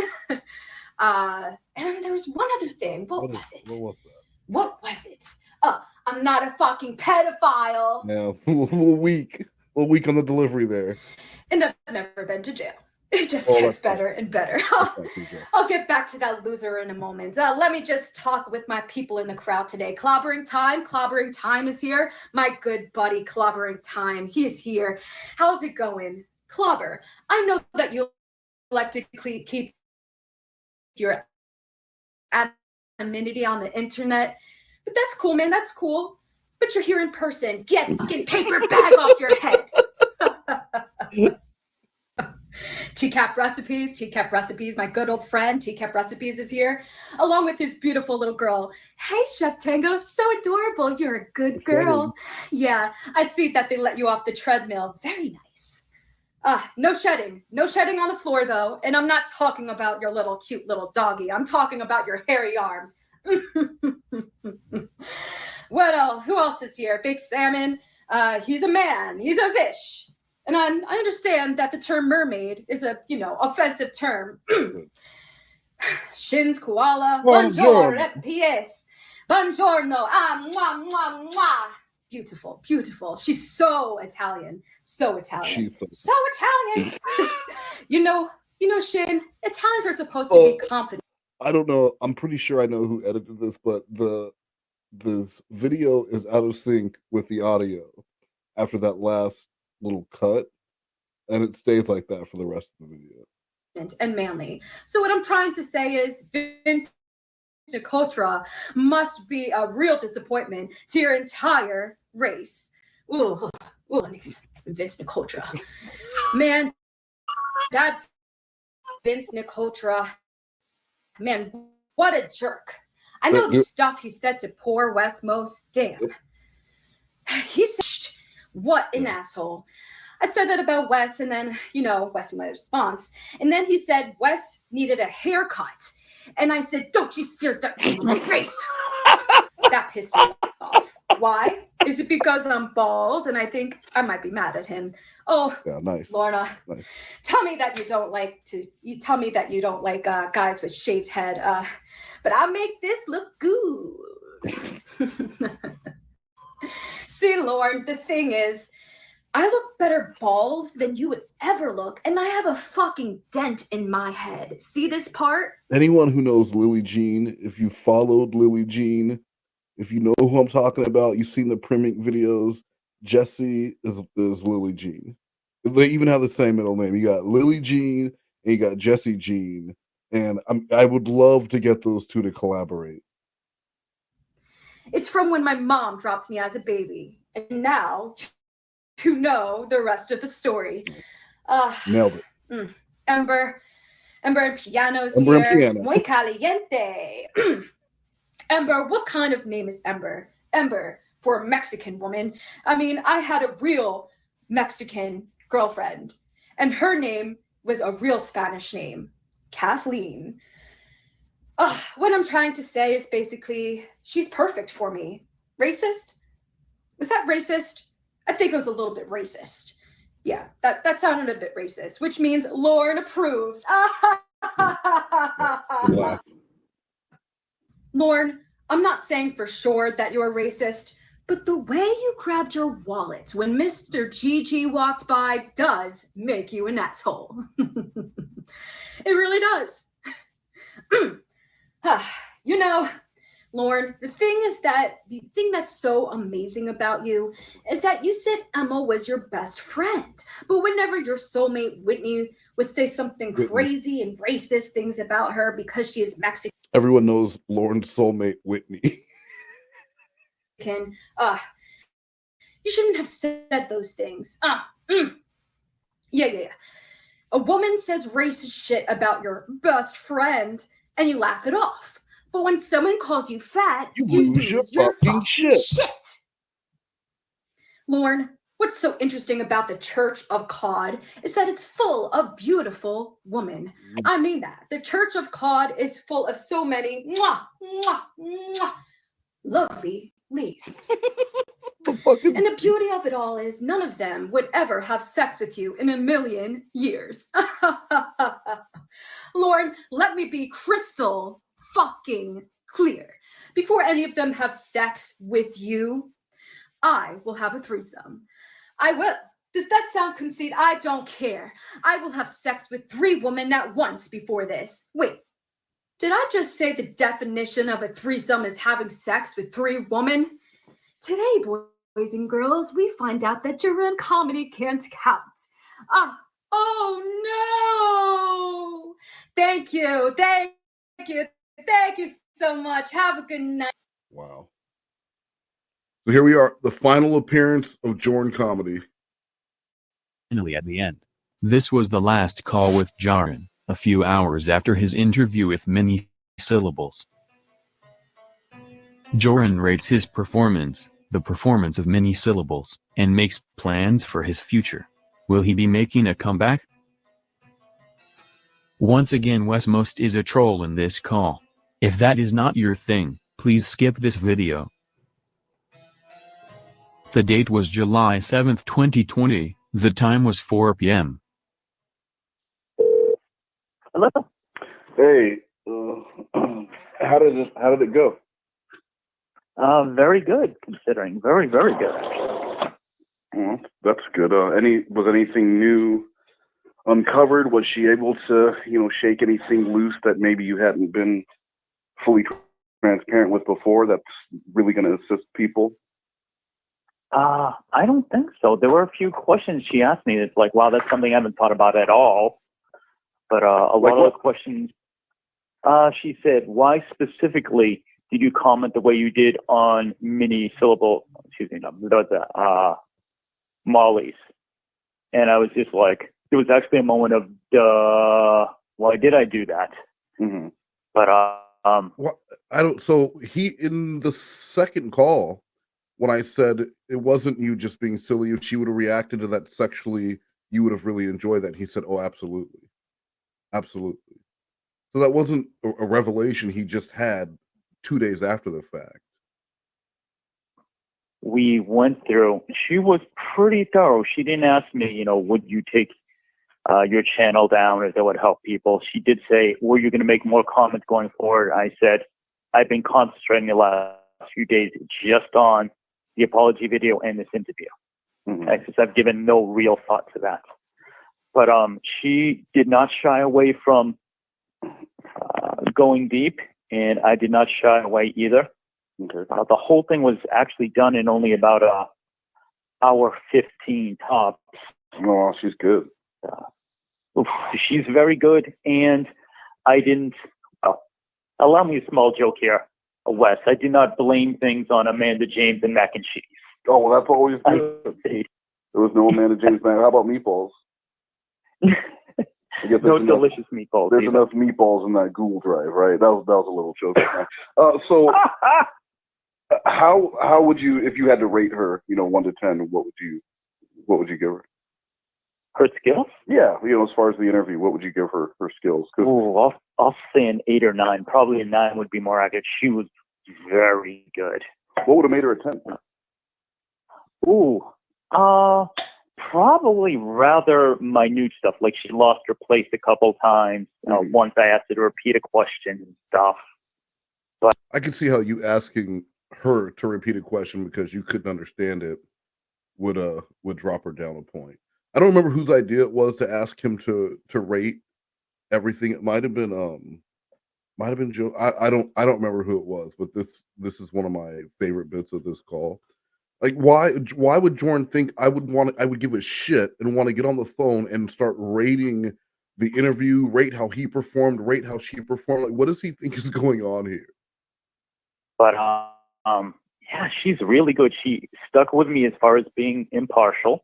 I never felt as though she had an agenda. At the same time, she was direct, but not overly pressuring when it came to the difficult questions. That's good. And a couple times I'm like, okay, that question was long. Please cut it into 2 questions or rephrase it. And she did that. So a strong 9. It was fun. Yeah. No, go ahead. What were you saying? It would be absolutely incorrect to refer to it as fun, but I think if she interviewed me on a completely different subject, it'd be enjoyable.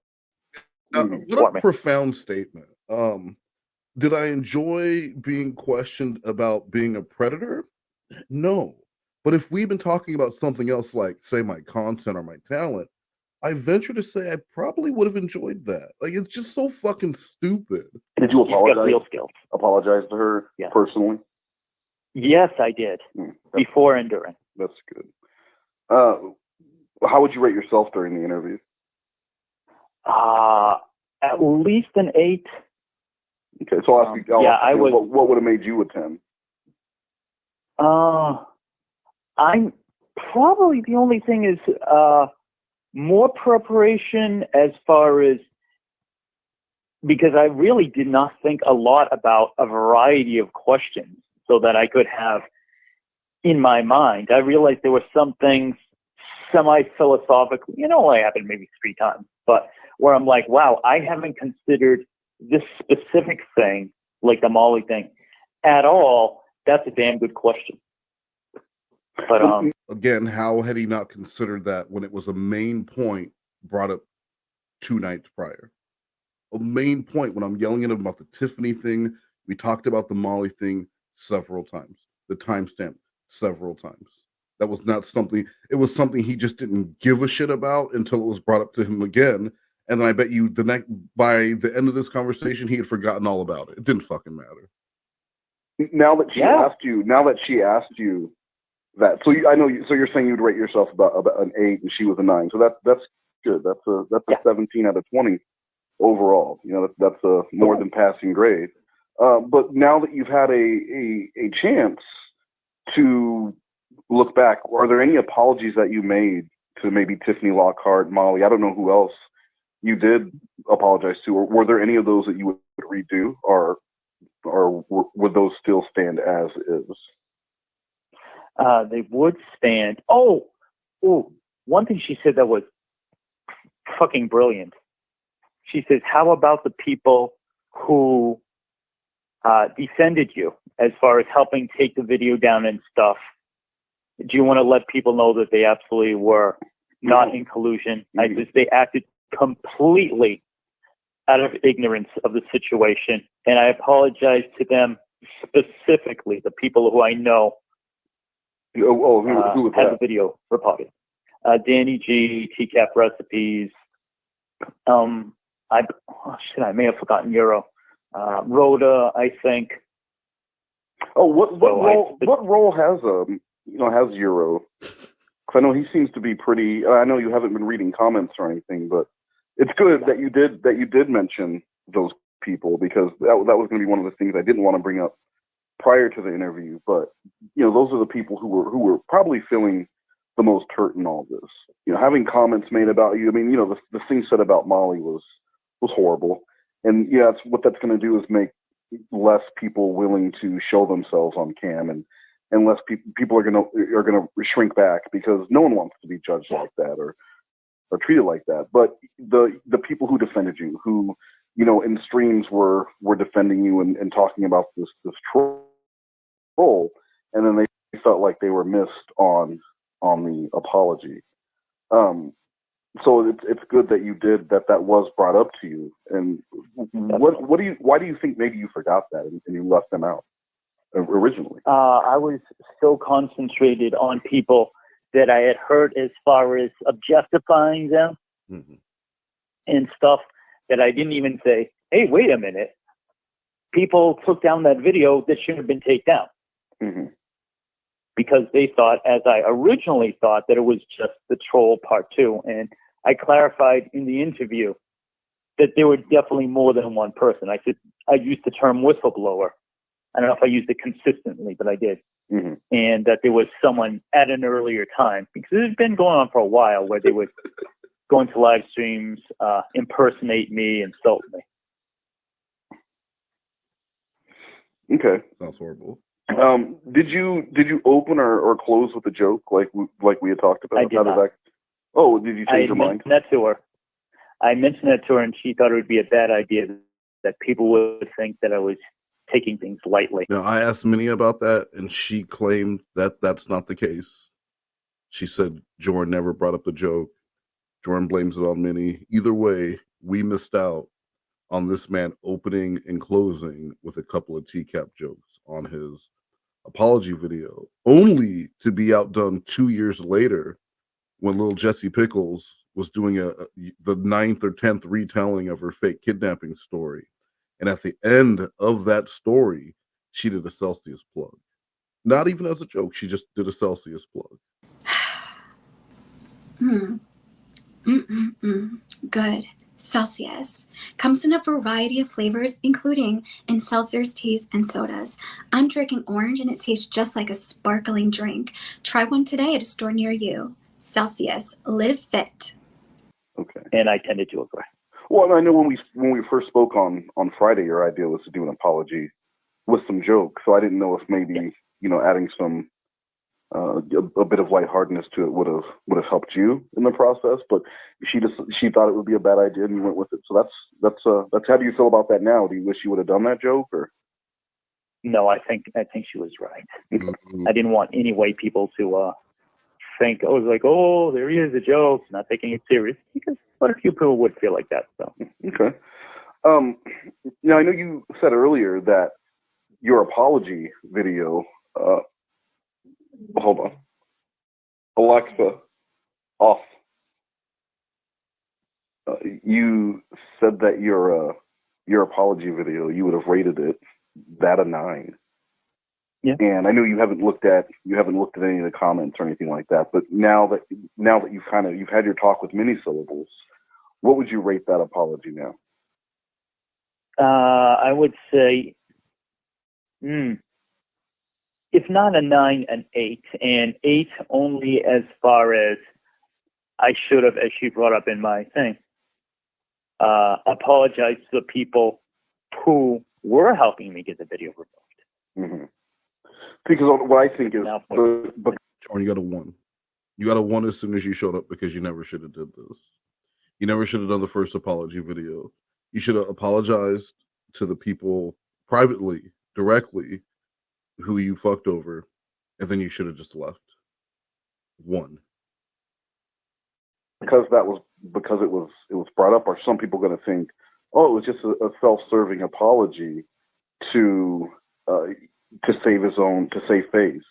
He wasn't really apologizing, or he would have mentioned those people who, yeah, as far as I knew, you and Chef are friends and we're making plans to hang out and stuff like that. So some people are going to say, oh, you would think that would be the first people that he would, among the first people he wanted to apologize to. So if he didn't do that, it's because he was just looking to save his reputation.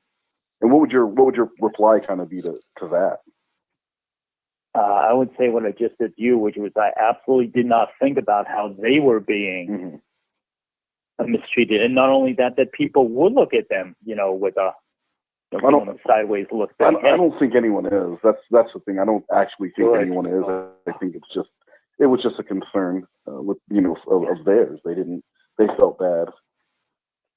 So what would have made your apologies an 8 now, back from a 9 to 8? What would have made that a 10?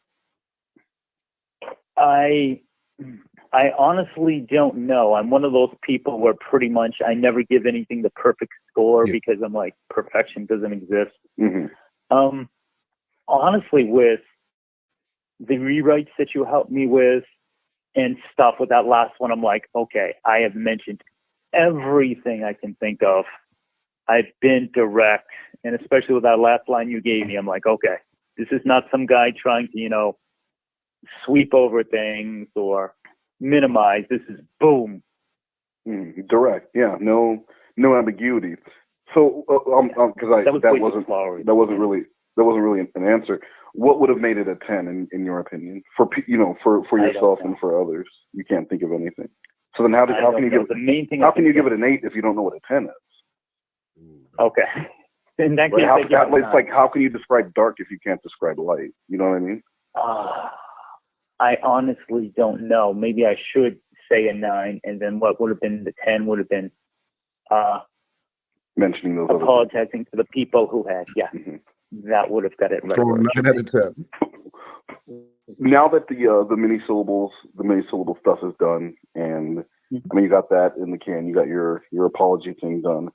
What's your next step as far as your channel? When do you feel like you'll be able to start making some content again? I do not know. I have one video that I had planned to go. I have to make a decision if I even want to have a channel or if people want me to have a channel. By want, I mean, would support me. Well, what do you want? I don't know, Wes. I mean, I've loved it in the past. It's been a great artistic release for me, but it just seems so tainted now. Something I didn't mention to you, it's not a big secret or anything, but I took down my Patreon because I'm like, I don't even want people to give me money right now. So I said, let me at least take it. Did he think that after everything came out, after the apology series, after the news about the children and the log cart shit, that people would suddenly be making a run to join his Patreon? Is that what he thought? That down. And by that I mean, people being able to donate money to me. No, yeah, I understand that. But what is it that you would want? When would you want, if it was up to you, when would you want to release this? What kind of video is it? It's a original comedy song. Oh, okay. When would you want to be able to release that if it were up to you? That's something I have not thought about. Yeah, you have. I know you have. Let's be honest. Not real. Sure. What should I say? A week? A month? I mean, you say the truth, but I know you've thought about it. You can't tell me you haven't.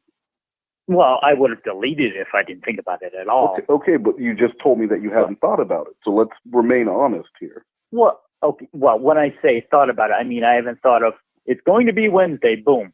I have not put. But that's not what I'm asking. I'm saying if it was up to you, when would that video be posted?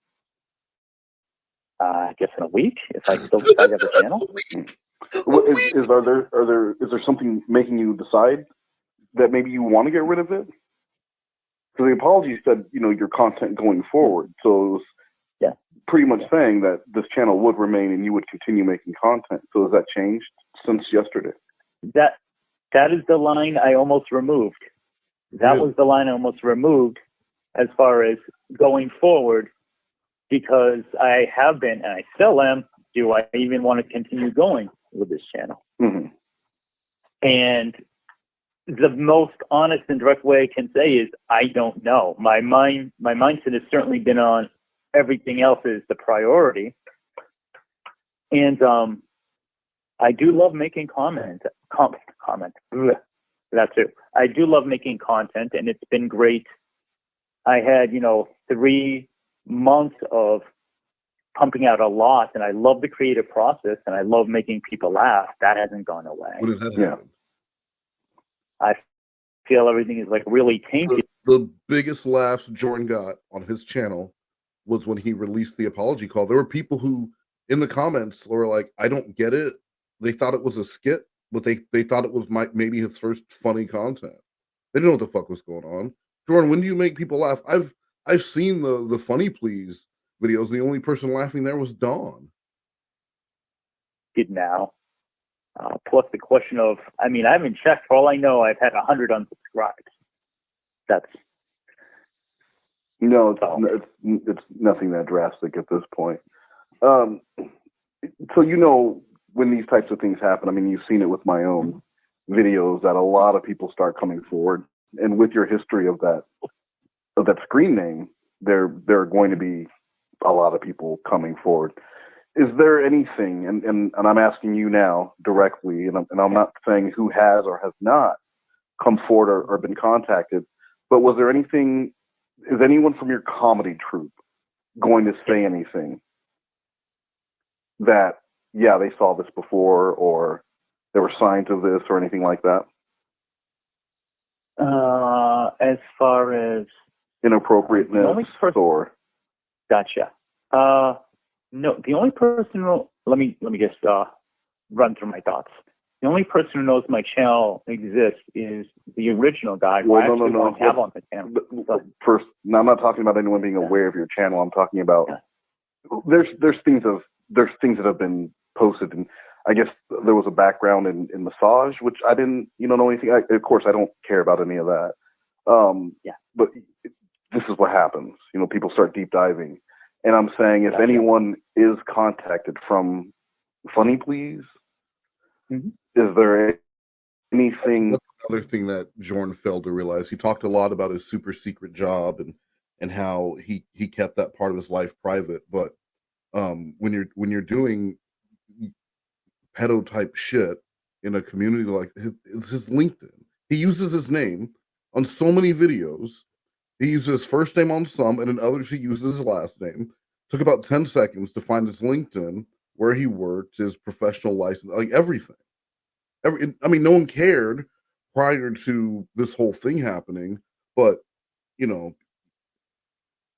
that any of them would say, like, oh yeah, I saw this coming, or something like that happened with females within the troupe, or is there anything like that? Never? No, I did very briefly date one of the women. Okay. So she knows about my proclivities. There absolutely was one who was a member of the troupe for about a year. Proclivities regarding months after I left. The genie stuff, or the children stuff, or just the genie stuff? Just the genie stuff.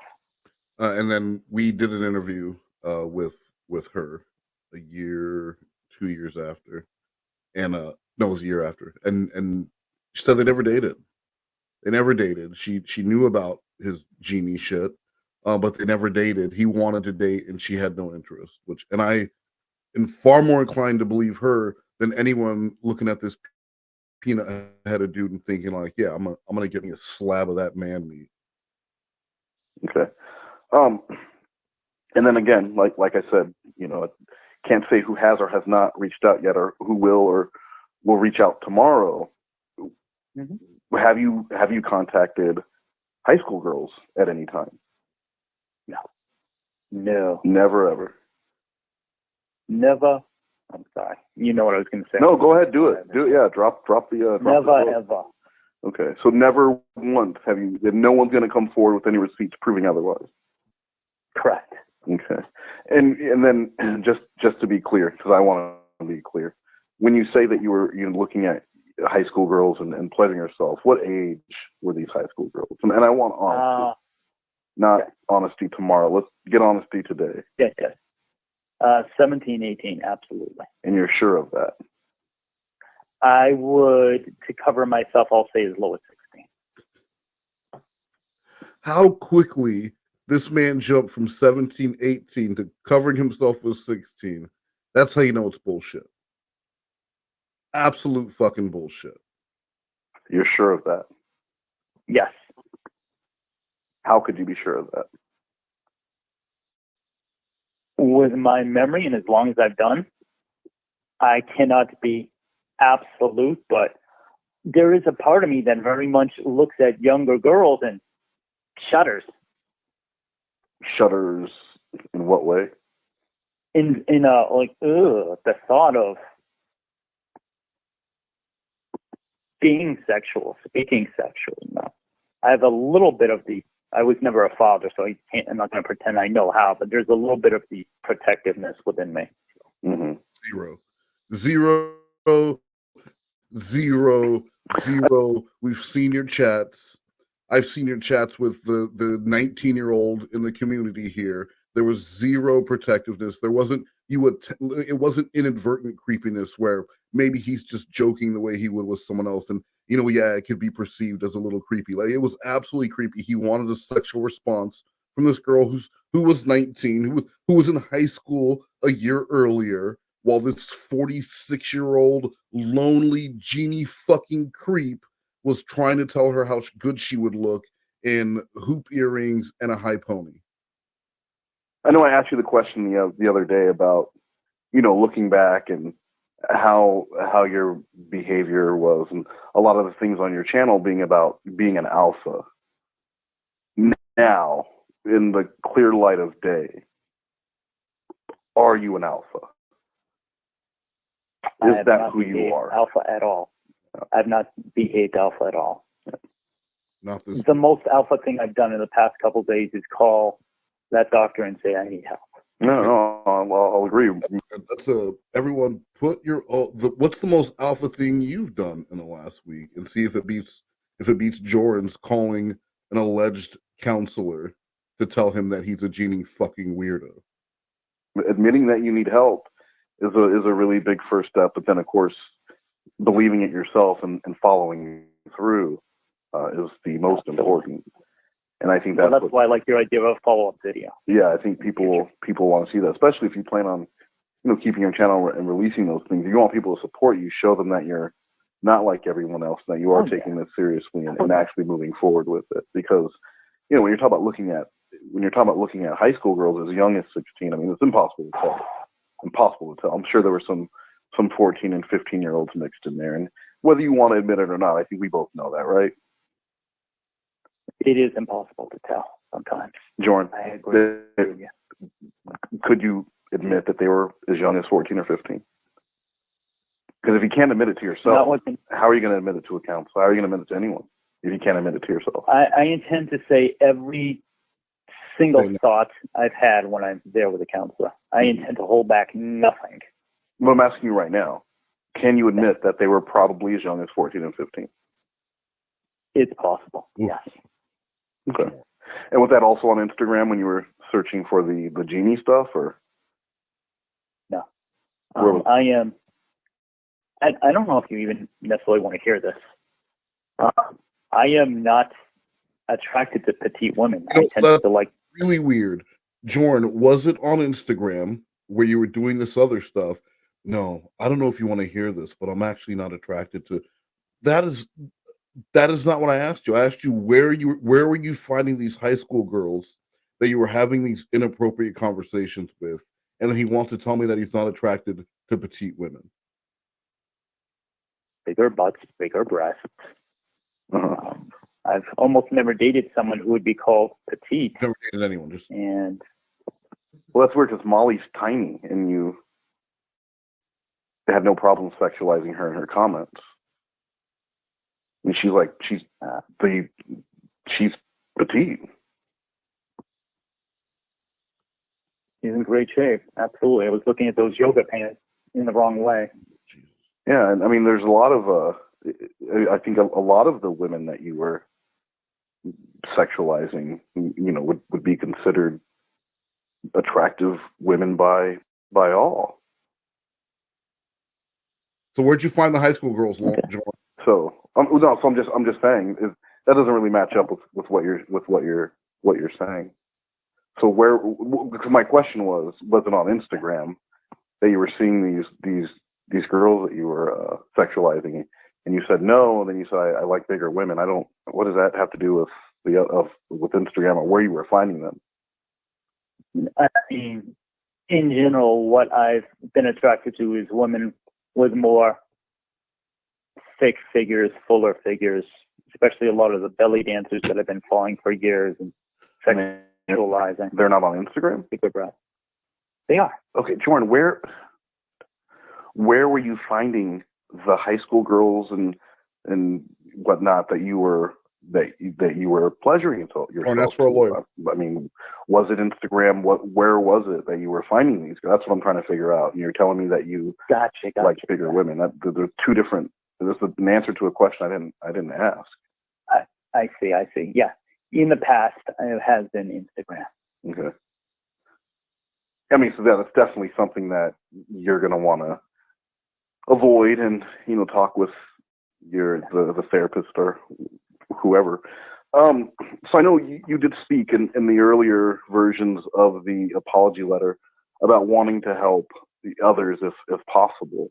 And if there was something that you could say to someone who was going through this, because I'm personally glad you left that out of the apology. I think it would have been really disingenuous then, but now, again, in the clear light of day, if you had a message to someone who maybe was thinking about leaving these types of comments or doing these types of things, what would that message be?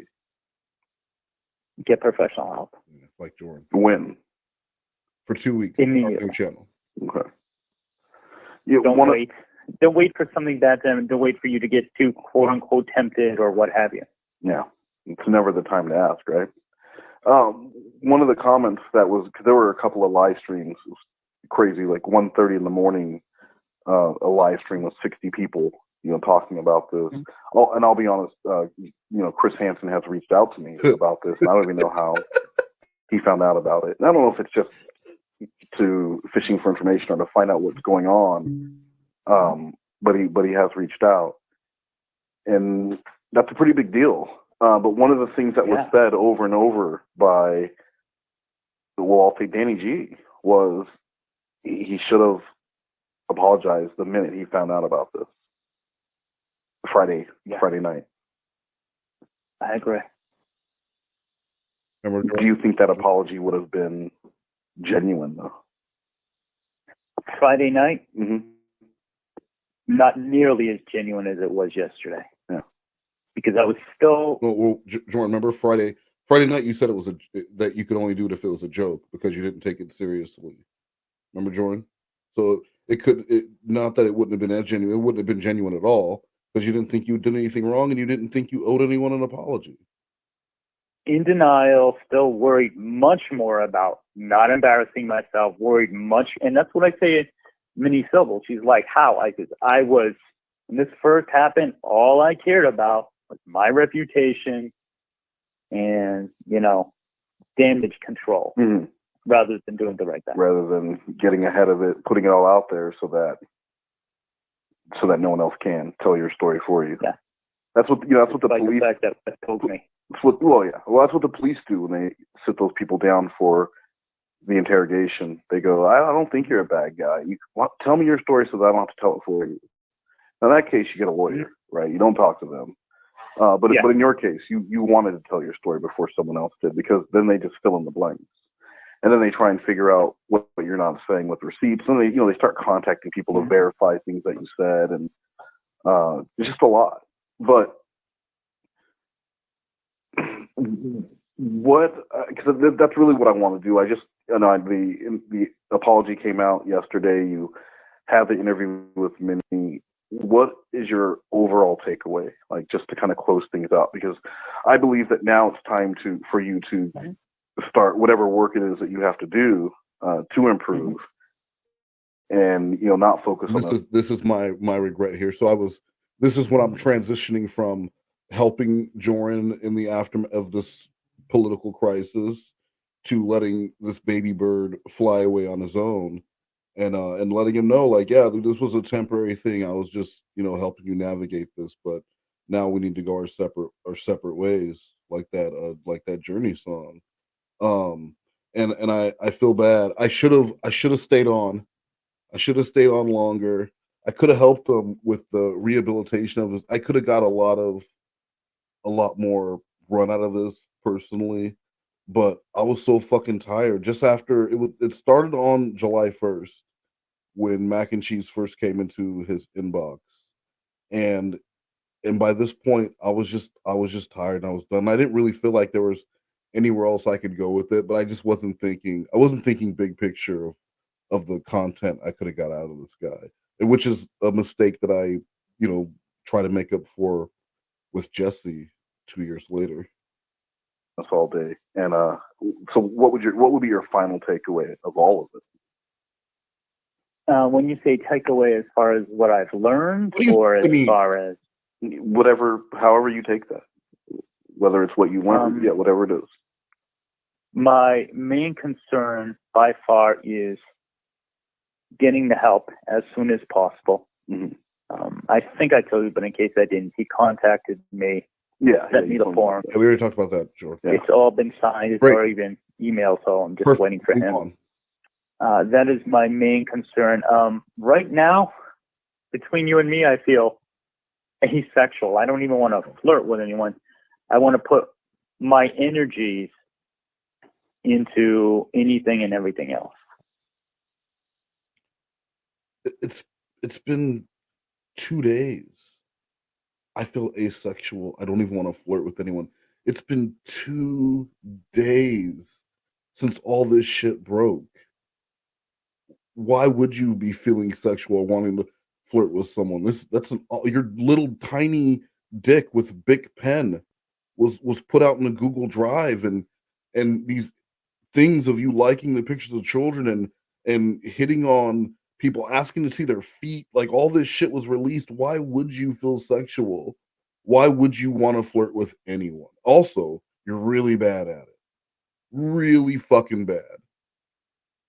I've been deleting friends from my Facebook that I know looking at them will turn it on. I've been deleting people I follow on Instagram. I don't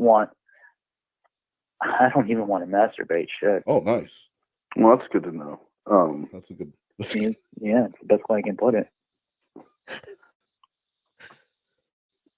That's that's really. What's the next step for me, Wes? Well, the best way I can put it is I don't even want to masturbate anymore.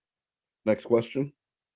Kind of what I wanted to get to the bottom of, and just kind of check in and see how you were feeling with everything that was done, and making sure that once that apology was out there, I think at some point you should look at the comments and start processing those, because that's going to be a part of this.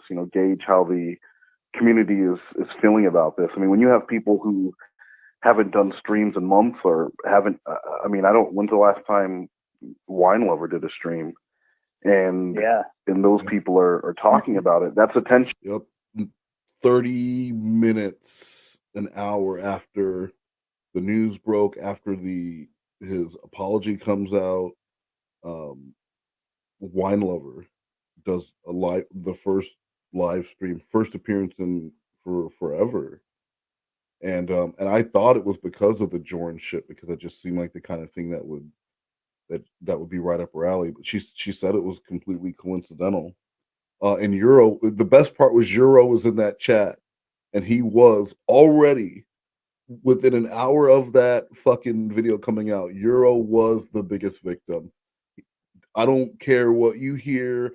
I don't care about the Genie sketch or the children. No. Euro, biggest victim. Jorrun made fun of his asexuality. Oh, what did he say? My heart was saying no. My brain was saying no, but my heart said yes. That you wanted, but not the attention that you wanted at the same time. Yeah, I agree. Definitely. So I highly suggest you go and look at those and start processing those whenever you're ready. I gotta get out of here. I have to take my kid to the shooting range, but you have a joke or a quote or anything that is helping you through this, or because I feel like you're probably the kind of person who likes to liven things up with comedy and make dark situations within your life, a little gallows humor. Yeah, definitely. I should be sent to an island. Nice. I should be sent to an island. What would that island be called? Incarceration Island, as Chef would say. I think that's your next song right there. All right, man. Well, I'll be around, and if you want to reach out on Skype, I'm there. But like I said, like I made clear from that first message, it's impossible to promote and that type of thing with what's gone on. But I am pulling for you to get better in all this and really stick with it and make it a priority to change, because this isn't who anyone wants to be or what anyone wants to be known for. Hell no. So no one wants to be a cautionary tale. Fuck yeah. Wes, I don't know why you've given me so much of your time and support. That's what I do. This is what I do. Well, you know what? I will tell you something moderately funny. I had ideas for sketches, and a couple of them where I called you. I was going to do one sketch where I ran out of ideas, and I called various members of the community who are bigger than me and do stuff. And I was going to do one where I call you, and you're such an over-the-top goody two-shoes that you're like, oh, I have time before I go to the soup kitchen. How can I help you? Blah, blah, blah. That's me. Yeah, and, totally me. That's me to perfection. Well, yeah, you should, keep storyboarding those ideas. Who knows when Jorrun Comedy makes his comeback, right? Now, who doesn't love a comeback story? True. You're a saint, Mr. Mouth. That's what they call me. As Brittany Simon said, I'm her little angel. So there you go. Little angel. She knows what she's talking about. She does. She absolutely knows what she's talking about. All right, so do what you need to do, and look at that video when you can. And any questions pop up, you just contact me on Skype. Thanks so much, bro. All right. Bye. Bye. And that was and that was the end. Later that night, about 3 hours later, that's when the first 2 apology calls were uploaded. And I don't remember who he sent a message to. It might have been Minnie, but he was like, "Oh, I'm in a panic. I don't know if someone hacked Wes's channel, but our calls have suddenly been uploaded to his channel." And I would recycle that 2 years later when I first uploaded the Jesse calls and told her it was because Nuggies hacked my channel. So before we close this one out, I do, because that was dark. That was Jorrun at his lowest. We saw an alpha dom humbled, but I would like to look at Jorrun in happier times. I never hear the bells singing. I never hear the bells. I never hear the bells if you leave me. I never, hear the bells. Do you hear what I hear when your lips are kissing mine? Do you hear the bells home?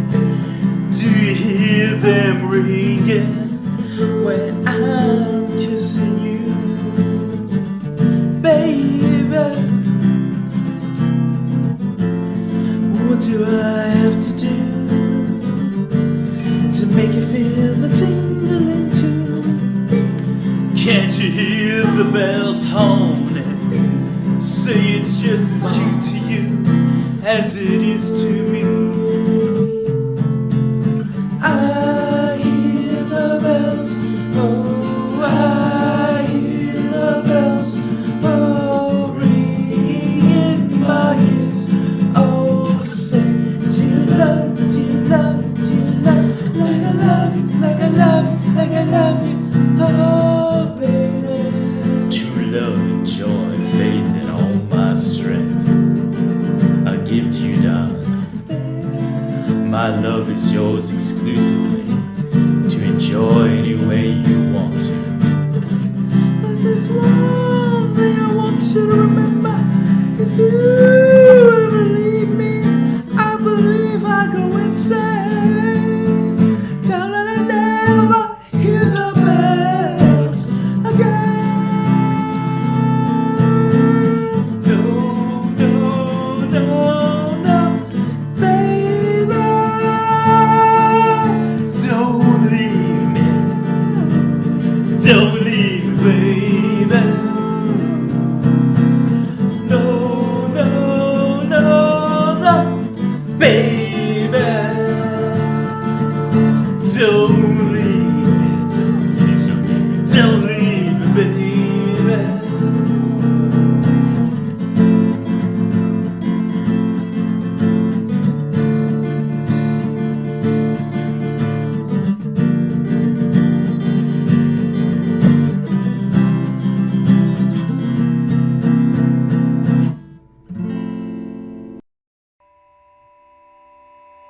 Bomb-ass, bomb-ass, bomb-ass fried rice. Bomb-ass, bomb-ass, bomb-ass fried rice. Bomb-ass, bomb-ass, bomb-ass fried rice. Going for an angry stroll, and said it wouldn't be a troll. Now you know the rest of the story. Bomb-ass, bomb-ass, bomb-ass fried rice. Bomb-ass, bomb-ass, bomb-ass fried rice. Bomb-ass, bomb-ass, bomb-ass fried rice. Snapping crickets, so I'm still a toad. I'm still a toad. Bomb-ass, bomb-ass, bomb-ass fried rice. Bomb-ass, bomb-ass, bomb-ass fried rice. Bomb-ass, bomb-ass, bomb-ass fried rice.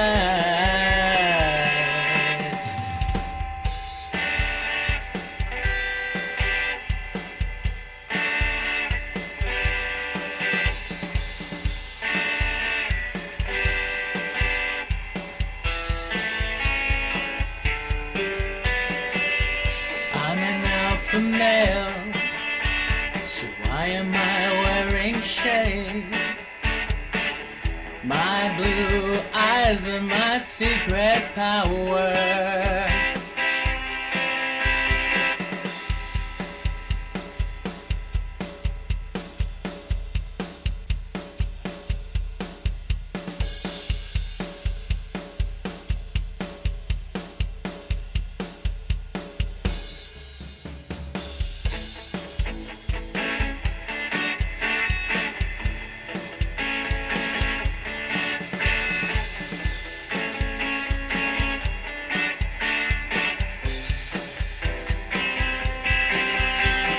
Bomb-ass, bomb-ass, bomb-ass fried rice. Bomb-ass, bomb-ass, bomb-ass fried rice. Bomb-ass, bomb-ass, bomb-ass fried rice.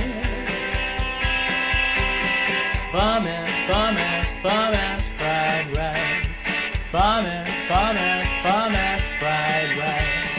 Bomb-ass, bomb-ass, bomb-ass fried rice.